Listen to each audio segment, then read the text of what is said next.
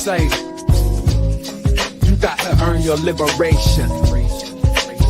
Say, Tony, you got to earn your liberation. Give it a watch, like, if you ever ask for me in the ground, like it too. Yo, all the starmans, pulse up, earn your liberation. Yes. What's up, world? Welcome back to Earn Your Liberation right here on Still BPM. I'm Jared Ball, Geechee, y'all. You know the diva not gonna be on time. I'm even out of town and on time. That's how even out of town. You be traveling in different time zones and still making it on time. Well, I'm in the same time zone, but I'm still. But even when I was in his time zone, I was on time. Yo, man. You know. So Andre 3000 owed me some money. Even though I went to a free jazz concert at Piedmont Park, he came out there with that damn flute, man. I don't know what the fuck was going on. It just wasn't it, man. And then there was too many people out there, people stepping over each other, fighting. But he owed me some money, though. So they were fighting at a flute show, a jazz flute show. Because everybody, they had their tents and they had their blankets, and other people was trying to step on their blankets and step over you, and it was just too much people, man. And then the walking lane turned into a seating area. I was just like, man. So, matter of fact, if I can find a little, don't laugh at this man either. But if I can find a clip of this dude playing this damn flute, and I never heard the album before either. So, I had listened to some of the. I went through the tracks. It was good. Not to me. Not to me. I mean, honestly, it looked like he's still learning, and I just think that. He's obviously welcome, and he's earned. Obviously, anyone can do whatever what pleases them. I just don't have to. But what I do want to do is welcome everybody who is filing in. Welcome all the remixers. Welcome the Earn Your Liberationists. Please do like, share, subscribe as you come in. As I used to see on Math Alpha show, wipe your feet, show some respect, hit the like button, hit the subscribe button. If you'd want to support the platform financially, materially, please go to the Patreon link in the show description, because we are currently demonetized. But through no fault of anyone currently on the platform's fault. We just want to be clear about that. It wasn't that anybody was being reckless. It wasn't even that the overlords at Google were being outside of their own character. So I just want to be clear about that. So it's not that we're being irresponsible. We understand what it is, and we appreciate your support, and would never willfully disrespect it by being irresponsible. So, but that said, okay, here we go. Oh, Lord. As I said, just as I said, we wouldn't be irresponsible. In a very powerful.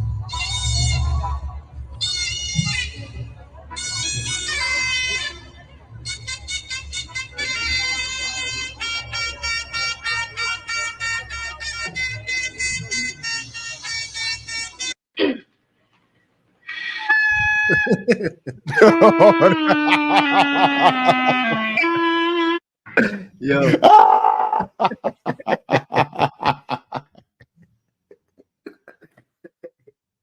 Hey man, that's what guy, man. That can rap. He can rap though. I can say he can rap. The boy can rap good. That boy can rap good. He can rap real good. Yeah, look. People asking where Diallo is. I don't know. He said he needs a 6-digit login. Why don't he do this like 10 minutes before? or a day before, or a week before, or weeks ago when we first dealt with this issue. Why not? I don't know. You'd have to ask. You'd have to ask. Hold on, I'm gonna get him his precious code. Even though he has the ability to get the code himself, but people just don't want to listen. They don't want to listen. I agree. Now here's the thing: Andre wasn't the finishing act.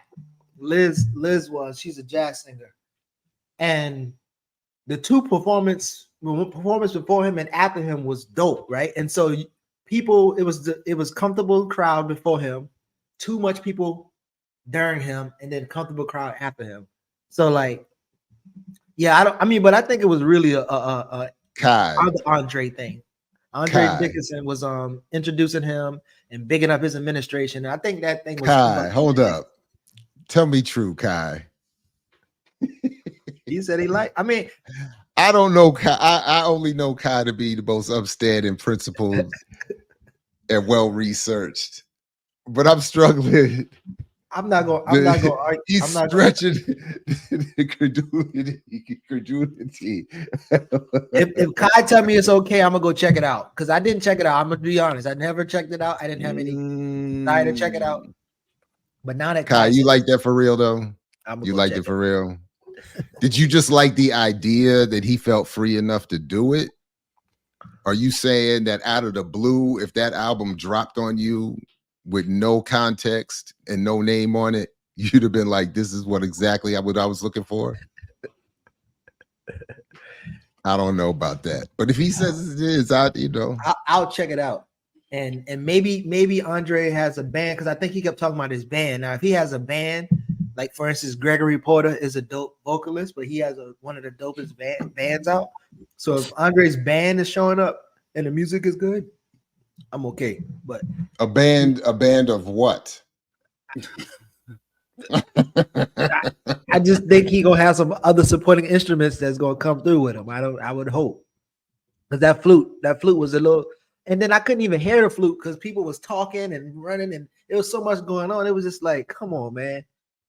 But it was a free joint, so I guess I can't really complain about it. Well, now that Diallo's here, we can at least let folks know we are going to build to a crescendo today. It's going to be, as was said, a marathon. We have a lot to cover, and then folks will be adding on, and by the end of the show, it's going to be the Manosphere versus Gynocentrism, and with the white versus Diallo. Where'd that come from? I don't know. I don't know how we got that angle. Mm-hmm. How many hours DC Joe Black is going to be many. Get comfortable. On a daily. Get comfortable. Get your coffees and teas, etc. and so forth. What's up, Diallo? How you feeling, man? I'm well. It's unseasonably cold here. I don't know what it do. So. It was cold today here for some reason. Well, this morning, what's going on? Yeah. So the climate apocalypse. Yes, it's chilly this morning in the home of Biggie Smalls. Wait, did y'all see Biggie Smalls' mom said she would slap Diddy when she see him? She said, "If I see that man, I'm gonna come on." But unless that was on a tape from like 1997. Right. I'm not really, what you been waiting on?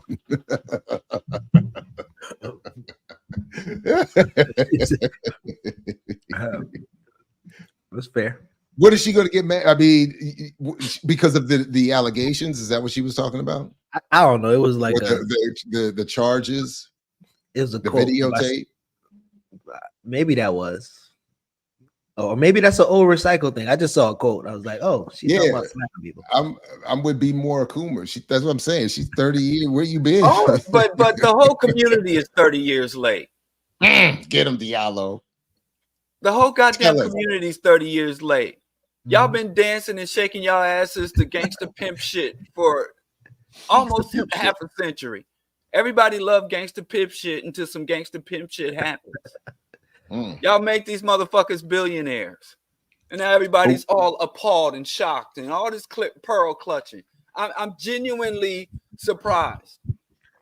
No, the It's point like is to you're live saying, vicariously, though. This is not vicarious anymore. Now it's real. The whole point is to what listen do to the they think music gangster pimp shit is? I don't understand all this for them over there. Since For I them was over in middle there. school. No, it was right in everybody's. Listen, it wasn't them over there buying all that corny ass Sean John shit. Well, they thought I told you that we won't stop. And they all still got gangster pimps that are out here, y'all role modeling and shit. And Rick Ross, and you can't even say it was pretend. Because when the real Rick Ross got out of prison, he went on a community tour like he was Robin Hood, like he was a legend. Came to my classroom. Exactly. So I don't He's understand. the real Rick Ross. Wait, the real Rick Ross came?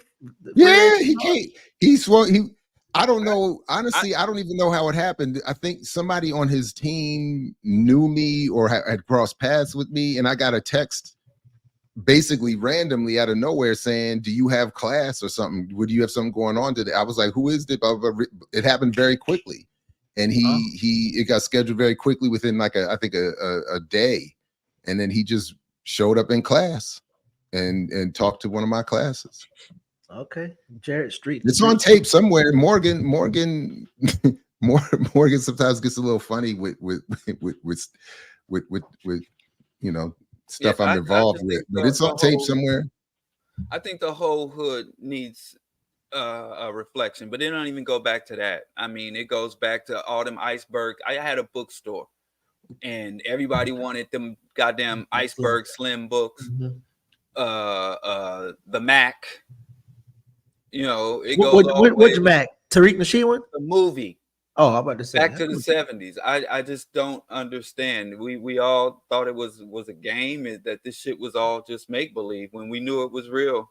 We just wanted plausible deniability. That's it. Bishop Don Juan was popping for a long time. He's no longer? I mean, I haven't heard from him. I thought he would be old and out right now. He's I don't know what you heard about me. You know, I just, like I said, we know the type of behavior, this whole system, the mentality and the behavior that this entire system incentivizes and rewards. And then when we see the underbelly of it, we all, like I said, we clutch pearls. It's just very peculiar to me. We as the masses, we as the peasant class, the proletariat, whatever you want to call us, we know the type of individuals that this system incentivizes and pushes to the top, and we celebrate them and we aspire to be them, and then we want to pretend like, you know. And I sent y'all that shit with the Diddy defenders, and they're coming out of the woodwork. So, well, I mean, I guess we're repeating. We're in the age of cosplay, and there's a on EYL, the other EYL, the smaller one. They brought this lady on to talk about numbers dropping, how much scripted podcasts are. So acting like these things, doing skits, and I mean, maybe we just love entertainment, and I think that's different versions of entertainment. So yeah, we do love entertainment. I fucking love entertainment, but you do have to realize, like, whenever I look at something that I'm entertained by, I do have to examine myself, like, why is this entertaining for me and why isn't that? Yeah.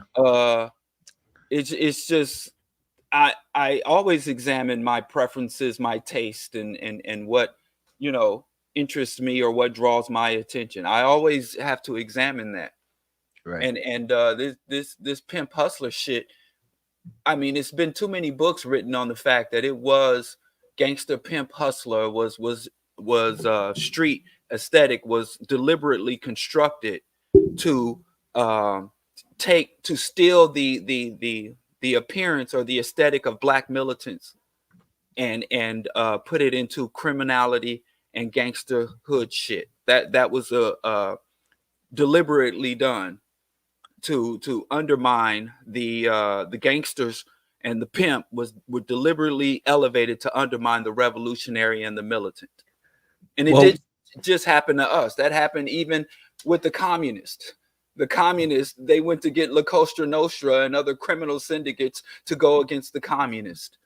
So they always use this hood street gangster, which is basically lumping petty bourgeoisie, petty capitalist underbelly, bottom feeder capitalism in order to replace a working class solidarity and uprising. So it's even deeper than that. So, but who's replacing them now? Would you say these are the people who are replacing the more revolutionary, organized, important, intentional people? If you are not willing to fight your grandmother over the last $5 in her pocketbook, how can you call yourself a hustler? Supposed to get it by any means. Even if that means throwing Big Mama from the train. Sacrifices.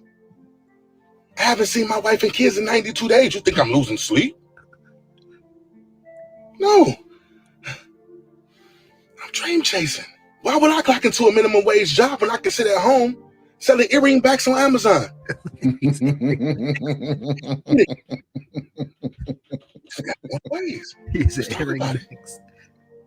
talk about it. I've been homeless for 5 years, sacrificing for the dream. Shower at home, I shower at Planet Fitness. Shower. Except I only pay $10 a month to do it. Dream chasing. Doctors keep telling us we need 8 hours of sleep to function. I only need 8 minutes. You think they know what they're talking about because they got PhDs and doctorates? I'm a dream chaser. How many planets are in the solar system? 8. They said 9 before, but it's 8 now. Pluto's a moon. I get a minute worth of sleep for every planet. I'm aligned. But you don't get it. You don't get it. You don't get it. If you are not willing. So there's a thing about homiletics with the preachers and whatever else you call it with motivational speakers, but the art of speaking, the art of like telling jokes and punchlines, and I think everybody, even us on this platform, have some level of engagement, re-engagement with the audience. But I mean, I don't know. Do you think that in itself is a problem, or more so of the content that you're bringing people into as you engage them and entertain them? Well, with a system of mass indoctrination, if you're not part of the power structure, if you're not a member of the what they call the owners and controllers of the means of production, but yet you still want to elevate and maneuver through that system, you can, what I call it, you the whole society, because of the larger superstructures of the society, the larger institutions of power, government, religion, cultural institutions, you can do two things. You could either graft onto, because the whole society is primed and oriented. The whole culture, the dominant culture, is primed and oriented in a direction. And you can say, well, I'm going to work to redirect the masses, or I'm going to graft onto, like a parasite, I'm going to graft onto that mass indoctrination and feed off of whatever falls. Bottom feeder capitalist, the scavenger capitalist, or petty bourgeoisie.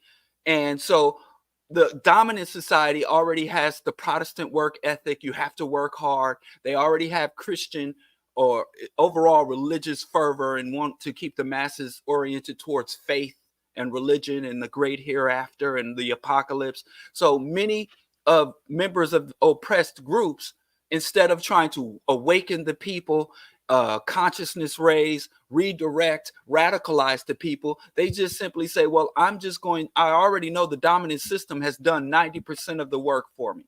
I know what the people aspire to. I know what stimulates the people. I know what the people understand to be power. I know what the people are indoctrinated to aspire to. So I'm just going to become a representation of that, a false representation of power, a false representation of God, a false representation of strength, a false representation, as we'll get into, of masculinity. And then I can get after they didn't work for the oppressor, after they didn't pay taxes for the oppressor, after they didn't give in rent to the oppressor, after they didn't pay for utilities to the oppressors, whatever's left over, I can get some of that. Because I ain't going to cut into the oppressor's bag, but I can get what's left over after the oppressor gets his due. I can feed on the corpse of the economic corpse, and I can feed off the mental exhaustion. I can feed off of the fear and insecurities and drives created by the oppressor after he gets what he wants. That's why Black billionaires and Black elites are not a threat to the system. They are assets and allies of the system, which is why we should despise them, not before they get busted, before exposés, before hashtags and trending topics on Twitter. We should automatically have class hostility towards wealthy and quote unquote powerful Blacks as the system defines power.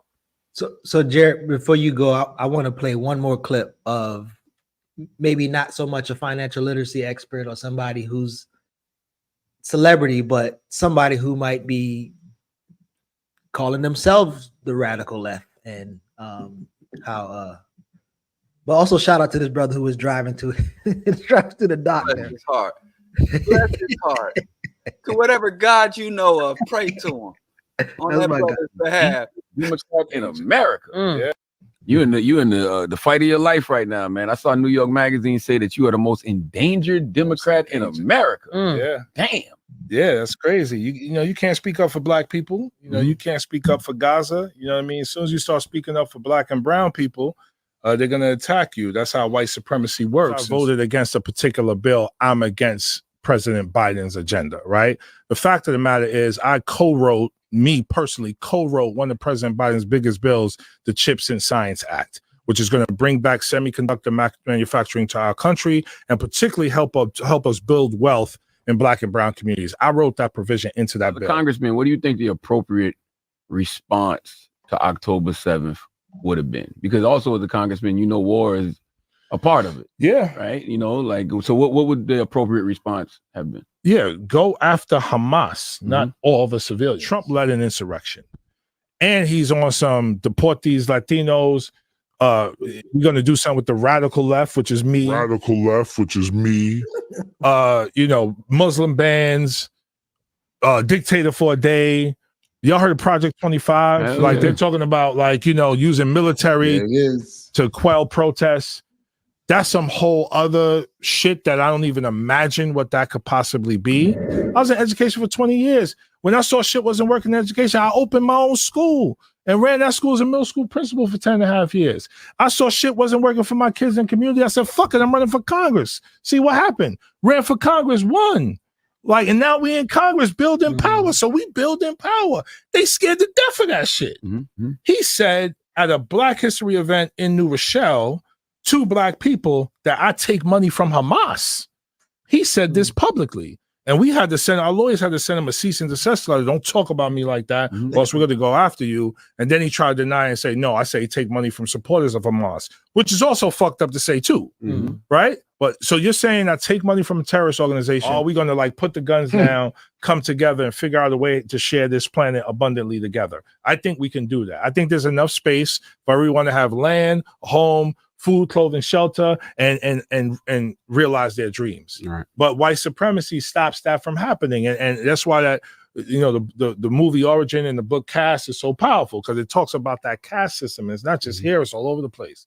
And it's like, fuck, man, like, can't we just figure out how to live here together without the bullshit? We're going to have incredible economic results because now we got generations of children who are not growing up in trauma because their mama is home with them, nurturing them. There's a military occupation for 75 years in the West Bank. That is against international law. There's settlement expansion into the West Bank of what's supposed to be a Palestinian state, 700,000 people. That is against international law. There's the consistent detaining of women and children without due process in the West Bank. These are war crimes. And so you got people growing up in that.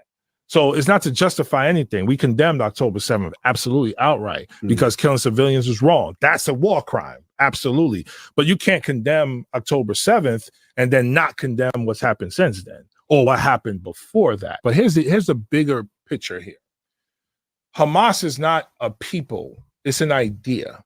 It's an idea that festers and nurtures in the minds of people who are historically oppressed. And so we have to deal with the oppression, not just the people who have been nurtured as a result of the oppression. So Israel's been referred to as an apartheid state, not Jamal Bowman's words, the UN, Human Rights Watch, other organizations, apartheid state. That's 700,000 illegal settlers from Israel on that land. So how are we going to have a state? We lying. Like, stop lying to the people and to ourselves.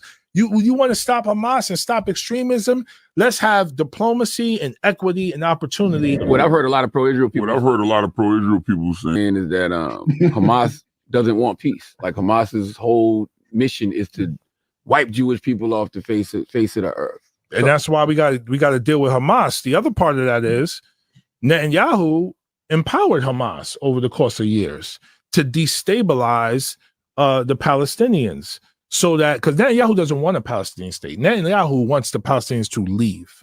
And if they don't leave, he will kill them. That's what he wants, so that they can have all the land. That's what he wants. And so he's been empowering Hamas to undermine the PLO and the Palestinian Authority so that they don't rise up as quality leaders, because then it'll be pressure on him to have a Palestinian state. So Netanyahu is a fucking nightmare in this whole scenario. There you go, Jared. So the first thing, as I was driving into Brooklyn this morning, there's this huge, on one of these buildings, a huge mural that you're greeted with that says free the Israeli hostages, and then has a phone number, and then underneath it says Hamas equals ISIS. So I'm like, so I can't even get into the city before we already submerged beneath waves and waves of nonsense and messaging. So that leads in part to some of, or is runs parallel to some of what we heard there, where you get the let's focus on Hamas, and even when there's reference to some being critical of Biden or being seen as being critical of Biden, when there's criticism of Netanyahu and reference to settlers, which on some levels is, relatively speaking, an advance, the framing is still the U.S. is the savior, Hamas is the problem, and if we get rid of them and maybe Netanyahu, and then I'm not entirely sure what he means to say about the settlers and what he would want done about that, but it seems to be that at the end of the day, the frame of what to do about this is held within those same confines. And then this gets to be what stands in for any kind of radicalism. And that's why, as we said in the past, to be shown in the future tomorrow, that Project 25 is being used to rebrand old school neoconservatism and give the left the branding, what is this liberal left, the branding as the radical left, as the document itself says, and then allows people like Bowman and others in the Democratic Party to claim to be the radical left while defining what the left actually gets to be, or what the legitimate left discussion gets to be, and then bringing it all back into the safe confines of a Democratic Party state, U.S. empire position on everything. So it would be again, these platforms, so much more could be done with these platforms if anybody were interested, but as you put up in the graphic, they could, why are your sources pro-Israel? Why aren't you reading from or including commentary from the position that Hamas and Palestinians and others have put out, and other Palestinians have put out? And now I haven't watched every show so I don't know to what extent they have included any of those voices, but that is something that could easily be done, and it could be referenced in pretty much every interview and discussion, even if they are not being, even if they have been on already. It could be that could become the source from which he raises the questions instead of when I talk to pro-Israel sources. So Diallo, you once said that Jared should probably adjust his skills whenever he's debating with entertaining guests, or as this person said that he was dropping some knowledge and too much honesty, and so he's obviously believable because of his delivery, his words, cursing a little bit, and so do you think people who have maybe more serious politics should be engaging in that type of, I don't even know what you call it. Do you call it theatrics or no? I think the guy is sincere, but I also think he's dishonest. But it's a level of dishonesty that, well, Kwame Ture said a half truth is more dangerous than a full lie. So most people are sophisticated enough. Most Black people are sophisticated enough to listen to someone as absurd as Trump and see people like, yeah, he's corrupt, he's a hypocrite. But when you have someone who appears to be sincere, someone who appears to seek genuine justice, change, and refer to themselves as the radical left and have rhetoric that talk about, can we all share this world? And I don't attack any group. I just want to, instead of carpet bombing a territory, I want to target Hamas. To me, that's very insidious, because it does take more work to dissect, because I even see people now saying, oh, you got a problem with everything, or that we want perfection. I don't need perfection. Someone said, oh, the left wants perfection. Or purist. Yeah, that's what he even said, that a purist. Or purist. It's not about purists. It's not about perfection. It's not about asking more of elected officials than they have the capacity to give. But you have to scrutinize those things that are you have to scrutinize things that are closer to you than things that are further from you. Meaning that the politicians that you like or that sound appealing to you, you should put them under the microscope more so than the politicians, the right-wing reactionary MAGA politicians you would reject outright. Me, I'm always reading. Whenever there's a new vegan product coming out, I scrutinize it. I read the ingredients and the nutrition. And when they come out with a new meat or bone, I don't know what people, bone marrow and turkey gristle, I pay very little attention to it, because I blanketly reject it. I don't eat that shit. I ain't no chance I would ever fuck with that shit. So I would blanketly reject it. But when they come out with a product that's targeted to my demographic, that's when I really, really, really, really want to look at it and really know where it's coming from. So the main problem is he is not a leftist. He is not far left. He is not even conservative or center left. He is status quo. This government is a right-wing imperialist capitalist government. He is describing problems created by capitalism and imperialism. And anybody that is talking to you about things that are created by capitalism and imperialism, but never tells you those words and never describes what those things are, they are seeking to manipulate you. They are seeking to convince you that there are remedies within the system and that they themselves personally can deliver remedies to you. So you have to listen for words. If they're saying words that float, because there are some words, I'm leftist, and you can be. I'm progressive.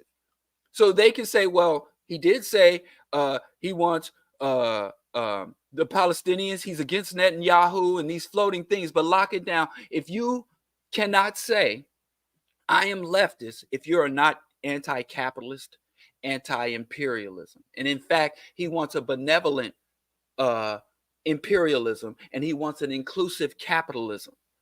I do understand if you go to vote and you were like, man, listen, he acknowledges climate change. He's going to give some incentives for hybrid cars, and he's going to help and orient Congress to subsidize electric power stations. That's the kind of shit you can vote for. But as far as an end to imperialism and into capitalism and an end to international atrocities, neither the right or the liberal Democrats or the right-wing Republicans can deliver that to you.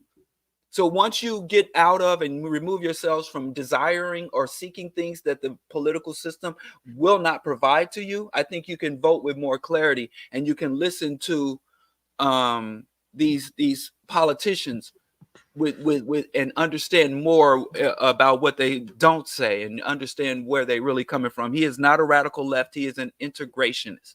And if we were sitting here and he was a politician in 19 if he was it's 20, what year is this, 2024? You know, if this was 1984 or go back 1974 and you find the liberals were saying the South African people are not bad, it's just the ANC are terrorists, and so the South African government shouldn't be bombing the Bantustans, they shouldn't be bombing the whole community, they should only focus on the ANC. You know, that's the kind of rhetoric they use. And then when the movement arises, then they'll parade around like, oh, I love Hamas. They are not sincere. And they sound sincere, which, like I said, there are some things you can get voting for a congressman of this status. I'm not saying don't vote. I'm saying be realistic about what this man is offering you and what he's capable of doing. So in the near future, we will probably talk to a group, one of the factions of the uncommitted campaigns, Jared, and the DSA,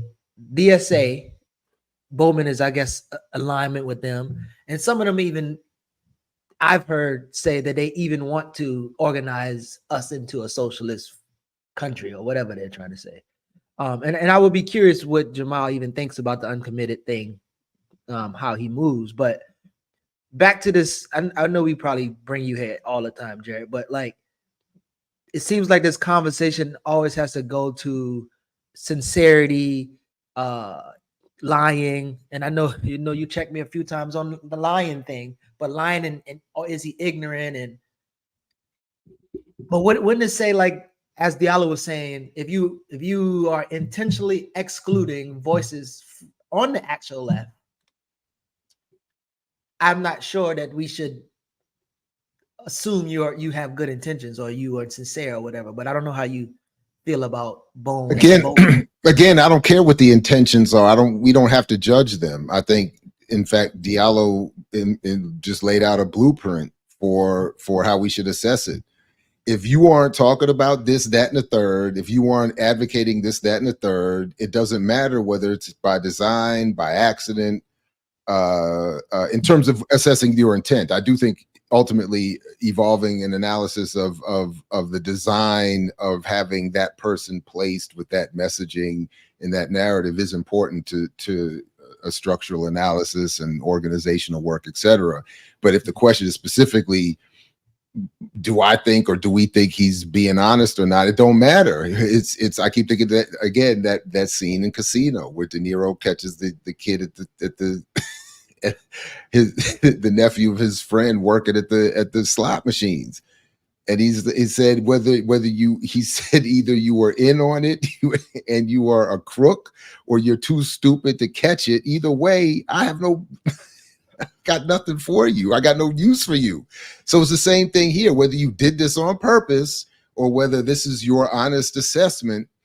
Our critique, I think, needs to be applied the same and moved on. So, but honestly, I don't know him. I don't know him well enough. I don't know anything about his background. I don't know anything about, never met him. So I wouldn't be able to answer that question in terms of is he lying or to me, it don't matter. And that's why, that's why I wish there were real journalists out here. Charlemagne often acts as a hype man more than a interviewee or a journalist. And the last time I pointed this out about somebody else, I got in trouble. But I'll say it one more time. When you have prominent and powerful people sitting across from you, I think you should. I'm just saying this to other broadcasters, other YouTubers, other interviewees. I think if I wanted to just hear this guy's campaign slogan, or if I just wanted to hear his platforms, I could go to his website for that. He produces his own campaign materials. We don't need you to be a soundboard for these powerful or positioned individuals. The whole job of journalism is, and the reason why journalism is protected in the Constitution is because you're supposed to challenge them, confront them.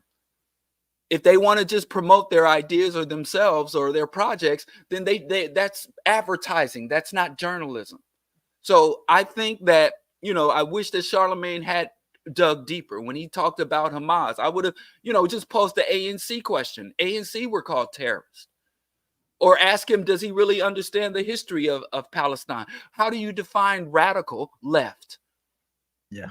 And what are your specific radical left part? But when you just sit there nodding and somebody's just rambling to you, you're not a journalist. But especially since Charlemagne is now transitioning from entertainment to politics and social punditry, it just gets frustrating. That's why I can't even watch a lot of these interviewers, because people are very, I think, I'm not going to say her name because how she don't do right by Jared. Until you do right by Jared, Amy Goodman.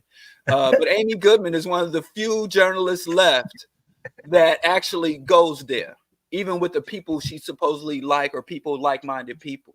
Stop being a fucking soundboard or a trampoline for these people to bounce their talking points off of you, and get into real journalism.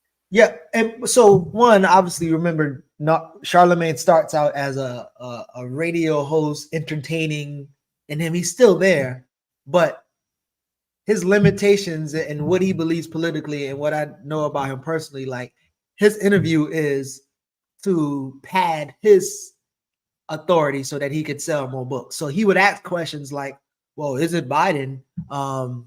He has the same stance on Hamas?"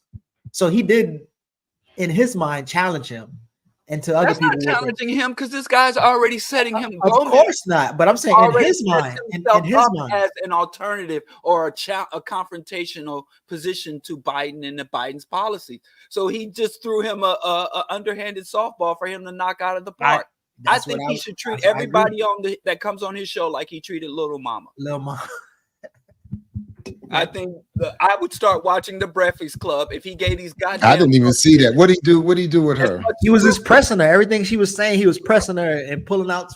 Right, because if he interviewed her with that politician, that powerful man, the same way he did that sister, that young girl, then I think it would be a show worth watching. Okay. Well, one thing that we do know is, for some reason, the financial literacy scam is not trending anymore, or is it reversing? Stop telling that lie. I already told you, Geechee. Stop lying on these people. So tell us how we should read this, Diallo, because some of us would be tempted to be thrilled at the decline in their numbers and assume that those numbers are moving over here. Listen, as revolutionaries, don't we understand that it is our job to render ourselves obsolete, right? Don't you want to render yourself obsolete? Don't you want to so that we don't need revolutions anymore? Yes. We all have food, clothing, and shelter. We all have autonomy. The ecosystem is being repaired. The polar ice caps are coming back. Yes. There's no more imperialism. There's no more, rampant right-wing nationalism. How are we bringing them ice caps back? What's the trick to bring ice caps back? Do you not want to work yourself out of a job? So don't interrupt this, Geechee. Don't interrupt. Let that go. I want to know. Don't interrupt with no logical. You can't. The reason why these financial gurus are losing attention is because once you get rich, why would you still be watching the gurus? I think EYL's followers are all getting rich, all becoming millionaires, so they logging off and making space for the other poors. You know what that is, Diallo? I've never seen them follow these gurus. Have you ever met a millionaire or billionaire that followed gurus? I've never. Yeah, listen, that's called my boy. You know nothing about that. Exactly. So people stop watching EYL. Once you get, how long you gonna follow EYL? Into your first, third, or fourth million? Once you make your 5th or 6th million, I would unsubscribe. Like once you get your Pan-African liberation, why are you still watching Earn Your Liberation once you got your liberation? So I mean, right, we only here for those who are not yet free. Once you are free, so, unsubscribe. Earn Your Leisure, give me a call. I can spin this for y'all a little bit more. That's just free game, but I can spin this. That's what I would say if I was over there. You making millions. They don't watch us. Folks, you absolutely must like this video after that. That's how you repay, because the game is to be, as Floyd Mayweather just said on with Cam and Mace, the game is to be sold, not told. So Diallo just gave some game, at least hit the like button. I mean, come on. He said build back better. Build back better. When we fall off that, I'm gonna say the same thing. Why ain't nobody watching y'all show no more? Cause they free. They got their liberation. They got what they came for. Why they stick around? That's how we do it. We free you. Yo, that's free you from including your subscription. We're not right. we're not fake. Yeah. You gonna you ate just now, yo. That was good. It's serious though. That's what I think. I think the millionaires, people like after I get my 3rd or 4th million, I would unsubscribe, wouldn't you? I mean, I thought there's never enough, so I don't know. But you're right. So when Willie D was talking about he don't know what people talk about with their critiques of financial literacy, when he's just made someone else a millionaire. Remember, he just had come back from turning somebody into a millionaire. Don't go there. Don't. No, I'm just saying. There's no beef. It's not with me. He was no. I'm definitely not. I don't want no. I'm not. No. We survived Baltimore. We survived Baltimore. We're not going over there. You don't want to read them Nikes straight out the nickel. Leave them ghetto boys. I'm just saying. Let's beef with Democrats. They got nukes, but they still, even though let's beef with the politicians with the nukes. Well, no. Well. Diallo, I want to challenge you. Even though you was cooking just now, I want to challenge your theory. You say once you get rich, you should go ahead and leave and do what you got to do. But what if you get rich and because you're a genius, you go use that money to save the hood and build little black Wall Streets all over the world? Oh, so yeah. I heard about this dude, but he's a genius. He said this, yeah. You said what, Jerry? No, I was saying he said this. Didn't he say this a minute ago when he signed that contract? This is him, right? Yeah, but not now he's coming back and they're not him coming back, but people are coming back and talking about how smart he is and did he build it at the top of his class? Not yet. Oh. It's a little bit rough. Now, Jared, I mean, if you're asking this man to in 1 year build such a thing when he has Abigail Johnson, who's worth $29 billion, and his owner of the team has 6 times more money as him, and the Johnson family in Massachusetts are worth $44 billion, and so when he's gonna take his little 5-year $300 million to, transition that place into a black Mecca, you gotta give the brother some time. No, but people call, I'm just to follow up with that in terms of what I think both of you were just saying. I've never met, to Diallo, I think your question, I've never met any billionaire. I may have met at the brokish level, as they explained, a quote unquote millionaire or two. But I don't know what that's like. So I'm just assuming then that the genius label that they've given this brother is real, because I would assume then it's, if you want to do activism and create Black Wall Streets and particularly Black capitalist ventures, you are absolutely smart to know as many multi-billionaires as you can and have as many of them on your team as possible, or to be on as many of their teams as you could get on. So that sounds like a genius move to me, because there's a lot of smart revolutionaries out here broke. So yeah, where was this STEM related? Well, he did talk about he talked about bringing STEM, but Diallo, You know, yeah, but he got there. But this wait, real quick, because that's in all seriousness, that to me is reminiscent of when we were talking about recently, not too long ago, Steve Harvey giving us financial advice. Right. You got wherever your level is based on your comedy and acting and show hosting. You didn't get there through investment. My man here is not getting here through STEM. He's getting here by being at the rarest level of elite athletic capability and being rewarded by being sidled up next to multi-billionaires. Maybe so to say stem cell treatment, he might. He got help with stem cell, so he can be healthy. I mean, Diallo. Yes. Jared is hating, and this brother was so smart.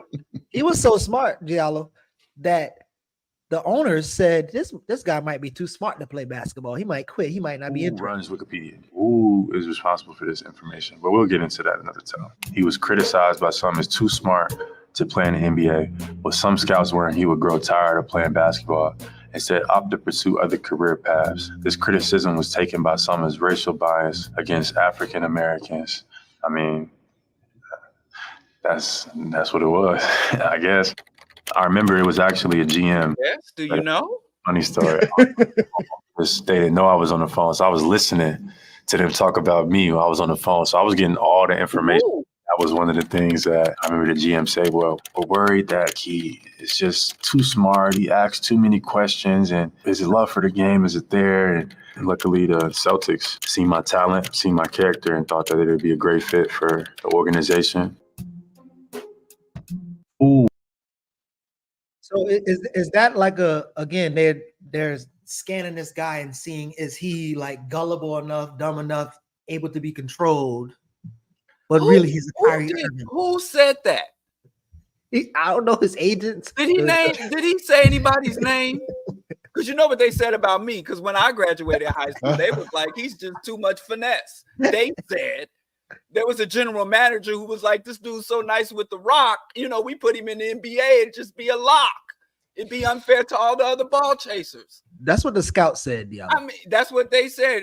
I remember. No, they said some things too. Yeah. I remember. I'm with Diallo on that. They said a lot of things. They said they said Jared is the greatest. I ain't mad at building up a myth and ethos around himself. That's self-promotion.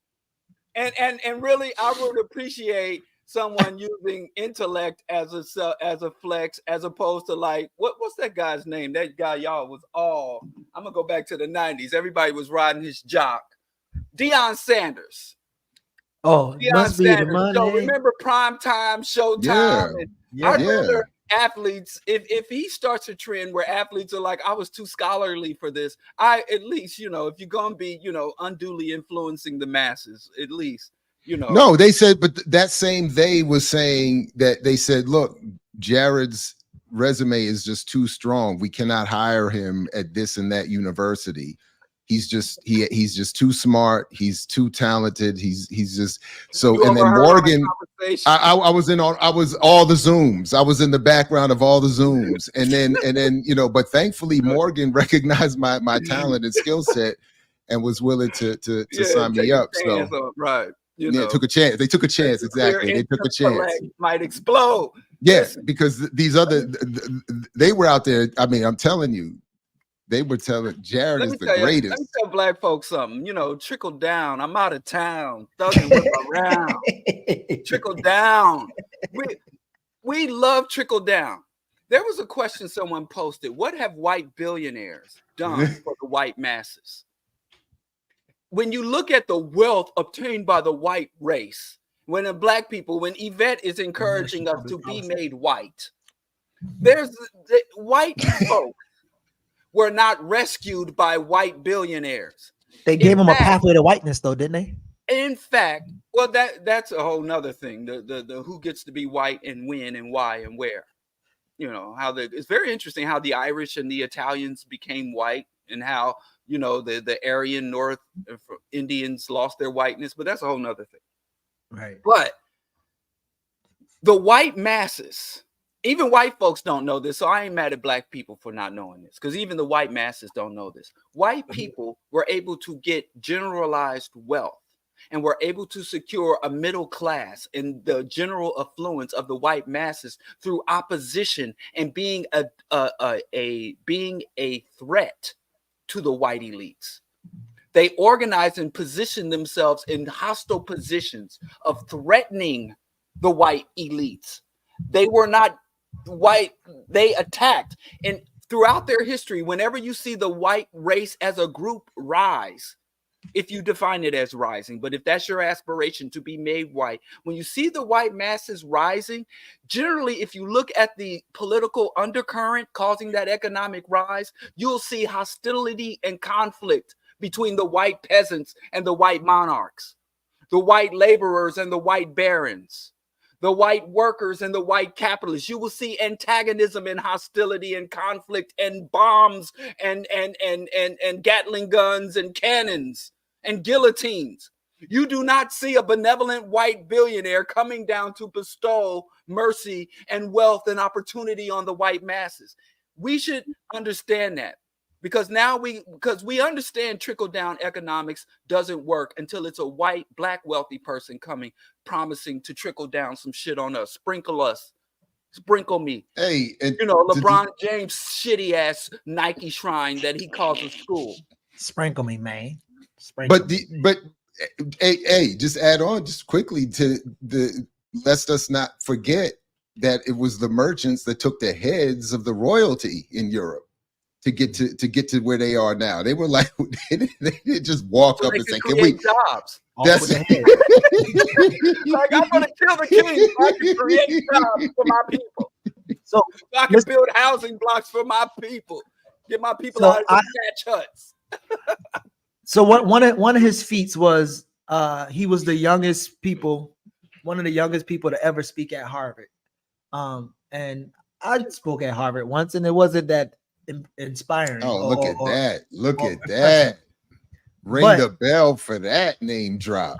I'm just saying. But listen, but what did they say when they invited you to speak at Harvard? Well, the only person invited me was my brother, Summer Show from, he invited me to speak to his class, but that wasn't, we got in because we was in there. We got in there. Other people we been in there. But anyway, I got a video of your boy speaking at Harvard, and hey, real quick. I'm sorry, man. Go ahead, but I think he's giving Too Black a run for his money. Look, KMC is clickbait. This is how you do clickbait in 2024. Got him. They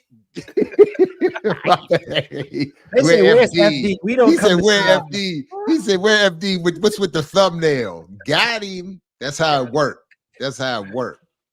But my listen, bad. The game is to be sold. Exactly. We want to tell him. Diallo's gonna love this, right? Diallo's gonna love Jaylen's speech at Harvard. He's gonna love it. He's gonna probably celebrate it. But Too Black and Rasul, they might not have a job after this because Jaylen explains laundering black rage way better than them two cats could do it. So let's see what's going on over here. Match the gas. Because the idea of America is that some people have to win and some people have to lose. And there's certain things in place, like I just discussed, hidden curriculum, social stratification, and et cetera, that exists to make sure certain people end up here and certain people end up there. There are going to be some people that are going to be the political elites, legislators, and government officials. And there'll be some people that are going to fill our prison industrial complex and work vocalization jobs. And that's just the reality of it. Jaylen, you're an NBA player. You're fine. You're a millionaire. Yes, this is true. But if I didn't have the counter space of basketball, where would I be? Counter space. Just because I escaped the barriers of society, why should I forget about the people who didn't or haven't or won't? If I didn't have the counter space of basketball, what would my reality be? Where would I channel my energy? Would I do something positive with it? Would I resort to violence? Yeah, that's what I did because I didn't get the NBA. These are real life scenarios that kids in America wake up with every single day. Counter spaces. I'm gonna read the definition for those who don't know. Counter spaces I just stopped thugging to join the show. In fact, that's all we do. We ain't in the NBA. What else is there? Get off that man counter space, man. Chill out. White folks love that narrative. They love it. A place outside the classroom for students to vent frustrations up. and cultivate friendship with people who share many of their same experience. Daniel Solorzano. This is so important. This is the role institutionalized sports plays in our society. Without these counter spaces, especially in lower poverty areas, what would be the reality, right? But don't get me wrong, sports is generally seen in a positive way.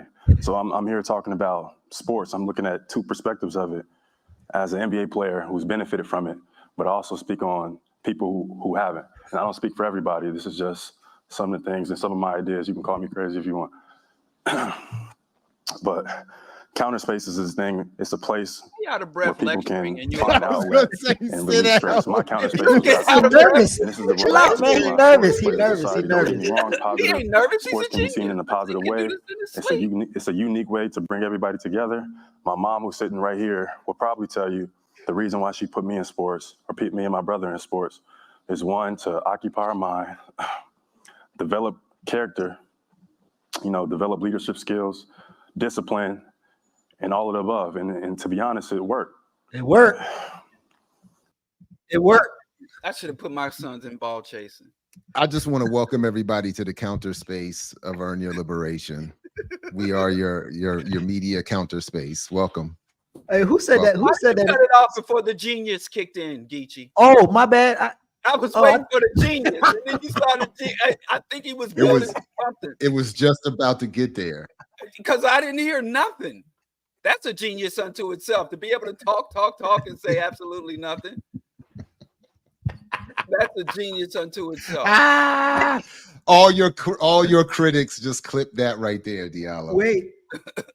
Somebody said it in the chat. Yo, I can't find it in the chat. When I point at him, 3 fingers are pointing back at me. Oh shit! I missed it in the chat. Somebody said something. There we go. Counter space. I need a marble. Counter space. I need a marble kitchen. I need dark marble. That light marble stains. Yo. All right. So. All right. Real quick.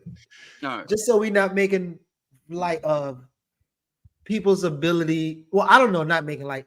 Fuck that. Change it. Your response to people who do extremely well in school, any school, grade school, college, but also just kind of tie it back into our argument that I think now Maya agree with us now. So even as you become this good test taker, or even know, some dope stuff. Like, go ahead. Let me say something about genius, because genius is relative. Depending on what era and conditions a genius is born into, they could be defined as someone who is insane, criminally insane, someone who is an outcast, or someone who could elevate. Genius is defined differently, different societies, different cultures, and different epochs. So the ability, as I'm gonna go back to Dr. Bobby E. Wright, and Kwame Ture spoke on this. There's a difference between education and training. You can go to universities and acquire skills and become proficient in anything from articulating complex philosophies or philosophical terms, mastering languages, or even technical skills, surgery, or engineering. But that does not render you educated, because he asserted that education, Ture and Ture said, an educated person or a really intelligent person will identify, teaches you to solve the problems of your community and your people. Whereas training teaches you to work for other people. Training teaches you to generate wealth and to work within the institutions and structures and fulfill the agendas of others. Education teaches you to construct and advance your own agendas.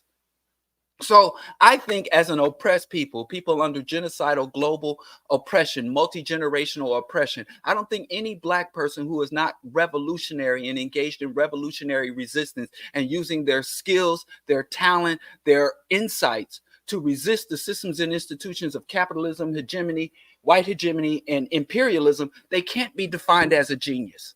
I don't care if they're over there with Elon Musk creating his cars, or they're in the basement of NASA sending white men to the moon. You know, I think that we as a people, throughout generations, what genius is defined as and what genius is understood. If you're not engaged in revolutionary resistance to oppression, regardless of any other accolades, any other academic achievements, any other skill set that you have, if you surrender it to the systems and institutions of your oppressor, you can be called talented, you can be called gifted, but I think we need to be more careful. Kanye then already ruined that word for me. And this guy, I was hoping he could redeem the concept of a genius, but genius for African people in 2024 is a revolutionary. Because how can you be so skilled in everything and you don't see the most fundamental realities and you don't deal with the most fundamental issues of your time and be called a goddamn genius? So Jared, your class you're just coming in to the semester, and high school phenomenon, valedictorian, whatever, they're like, how do you look at this concept of genius? And then I'll go through some of those comments of people responding to what we were talking about. But I think Diallo raises at least the important question of how is genius defined and how is it applied? I mean, so the first, is you saying he's a genius because he's a good ball player? We've heard that said of many. He's a genius on the court. Or whatever, or is it just a measurement of the potential capability of his intellect, or is it a measurement of, to Diallo's point, and what I would want to see the correct, is it a measurement of his capability to interpret the world with a revolutionary analysis and then convey that in a meaningful way to audiences? But then again, if he could do that, he would not have been in the NBA. He would not be certainly invited to Harvard, and he would not be welcomed by multi-billionaires into whatever rooms and business opportunities. So I mean, that's really it. I mean, at the end of the day, we had a couple jokes here and there, but I'm not mad at him. I'm not mad at him for being nervous. But I do question the political intent of those inviting and asking him to speak on behalf of issues. I don't know that his genius has been trained to work with. I don't think, again, it's not, an analysis of internal colonialism, I don't think is automatic wherever anyone is on some sort of spectrum of intellect and capability. It's something that has to be largely taught and studied and worked with. So, So before we get to the comments, I forgot the rundown of why they was calling him a genius, right? So top of his high school class, chess varsity team at the University of California, Berkeley, plays the piano and guitar, took graduate classes as a freshman in college, knows multiple languages, the youngest person to ever lecture at Harvard, was offered a NASA internship, became the youngest NBA player associated with vice president ever at 20. Leave that there for a quick second, just quickly. Top of high school class is unimpressive to me. Doesn't say much. I'm not sure. Your daughters watch this. No, I mean, no, seriously. And but that's why I was prefacing like the same thing. I told them the same thing. You getting to this level is not. That's not. I mean, that's a minimum expectation, and it's not that. It's not. Okay. It is. I mean, seriously, it's not. Well, first of all, it depends on how. I mean, because as we all know what it is. It could be any number of. It could be any number. It's just not that impressive to me. It's not. It could be. It may not be, but it's not automatically. Yeah, I'm more you do your impressed. homework. Why, Dad? What difference does it make? No. It's that once you once you do your homework and put in proper study, it's expected that you're going to do well. The high school is not. Look, it is what it is. That's just look. What I'm trying to get to is that the playing of the piano and the guitar, to me, that and the multiple languages, that's where I start to see evidence. That's where I would see, in terms of that list there, the immediate evidence of potential genius, not the NASA internship, not the youngest lecturer at Harvard. I don't even know what that means. That could, I mean, what is that? I mean, whatever. That's, but yeah. So again, I don't know if there's this. So the sports fans and sports world, and then this person being, I guess, celebrated for these other things. Like, I was just having a conversation the other day. We was talking about like Black Girl Magic and how that sister who was the first nuclear engineer, and everybody was celebrating. I'm like, wait, like, you know who the bombs that she's creating helped develop, you know who they're blowing up. And so I think the question or challenge of these labels and definitions, as we see in the chats, turn into hating, like y'all hating on the youngster, let them. And I wonder if wait. I'm going to call off my assassin. What the fuck does that mean? Let him live. What the hell does that even mean? Well, how is anything happening right here in these three little boxes on the screen disrupting anything this ball chaser is doing? And can we just clear again, as a member of the All African People's Revolutionary Party, work with the working definition of the United States of Africa under scientific socialism as Pan-African. It is not un-Pan-African to have a critique of another African. Or to have a few lighthearted jokes with another African. I don't think we've that was all that it was. It was nothing. It was, and it may be potentially a political disagreement or a disagreement over his analysis of Black Wall Street, but which from our perspective, mine at least, would be decidedly Pan-African. So I'm a little disappointed in that. I'm gonna call off my goons. But call off the goons, because we have let him live. Let him live.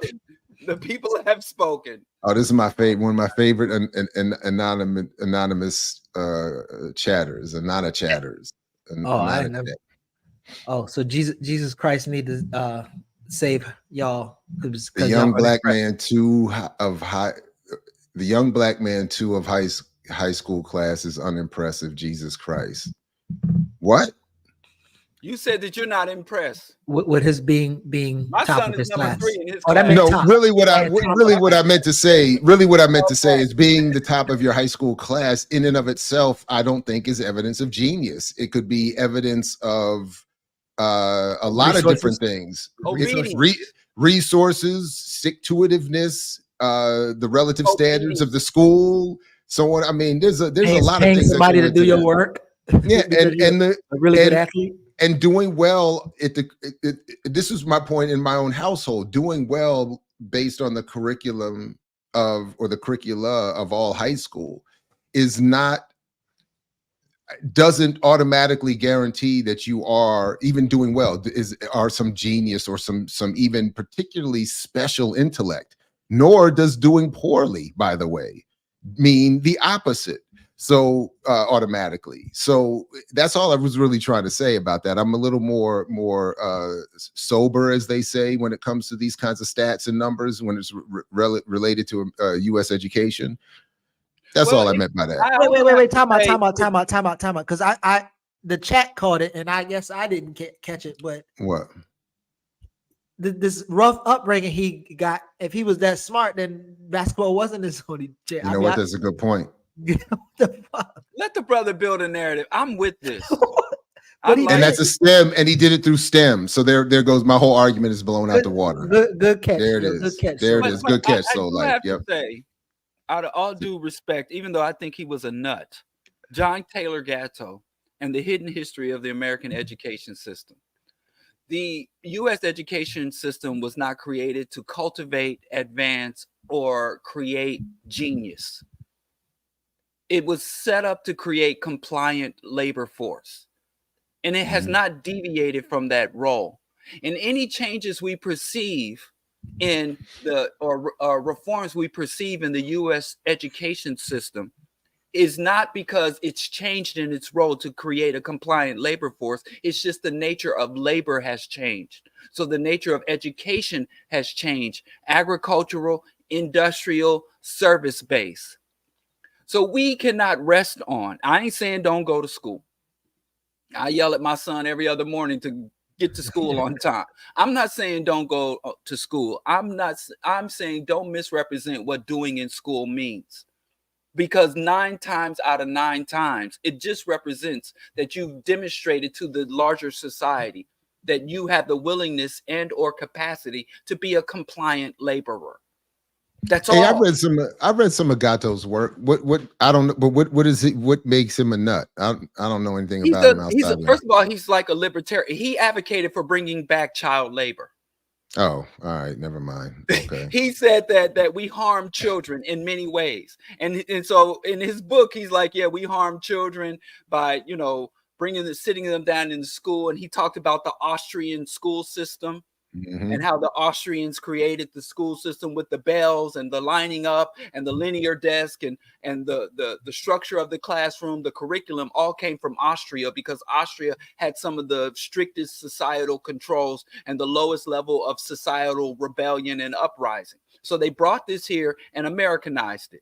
And so if you get to the back of the book, he says one of the things we should do is bring back child labor, and children as young as 5 years old can go into industry and jobs.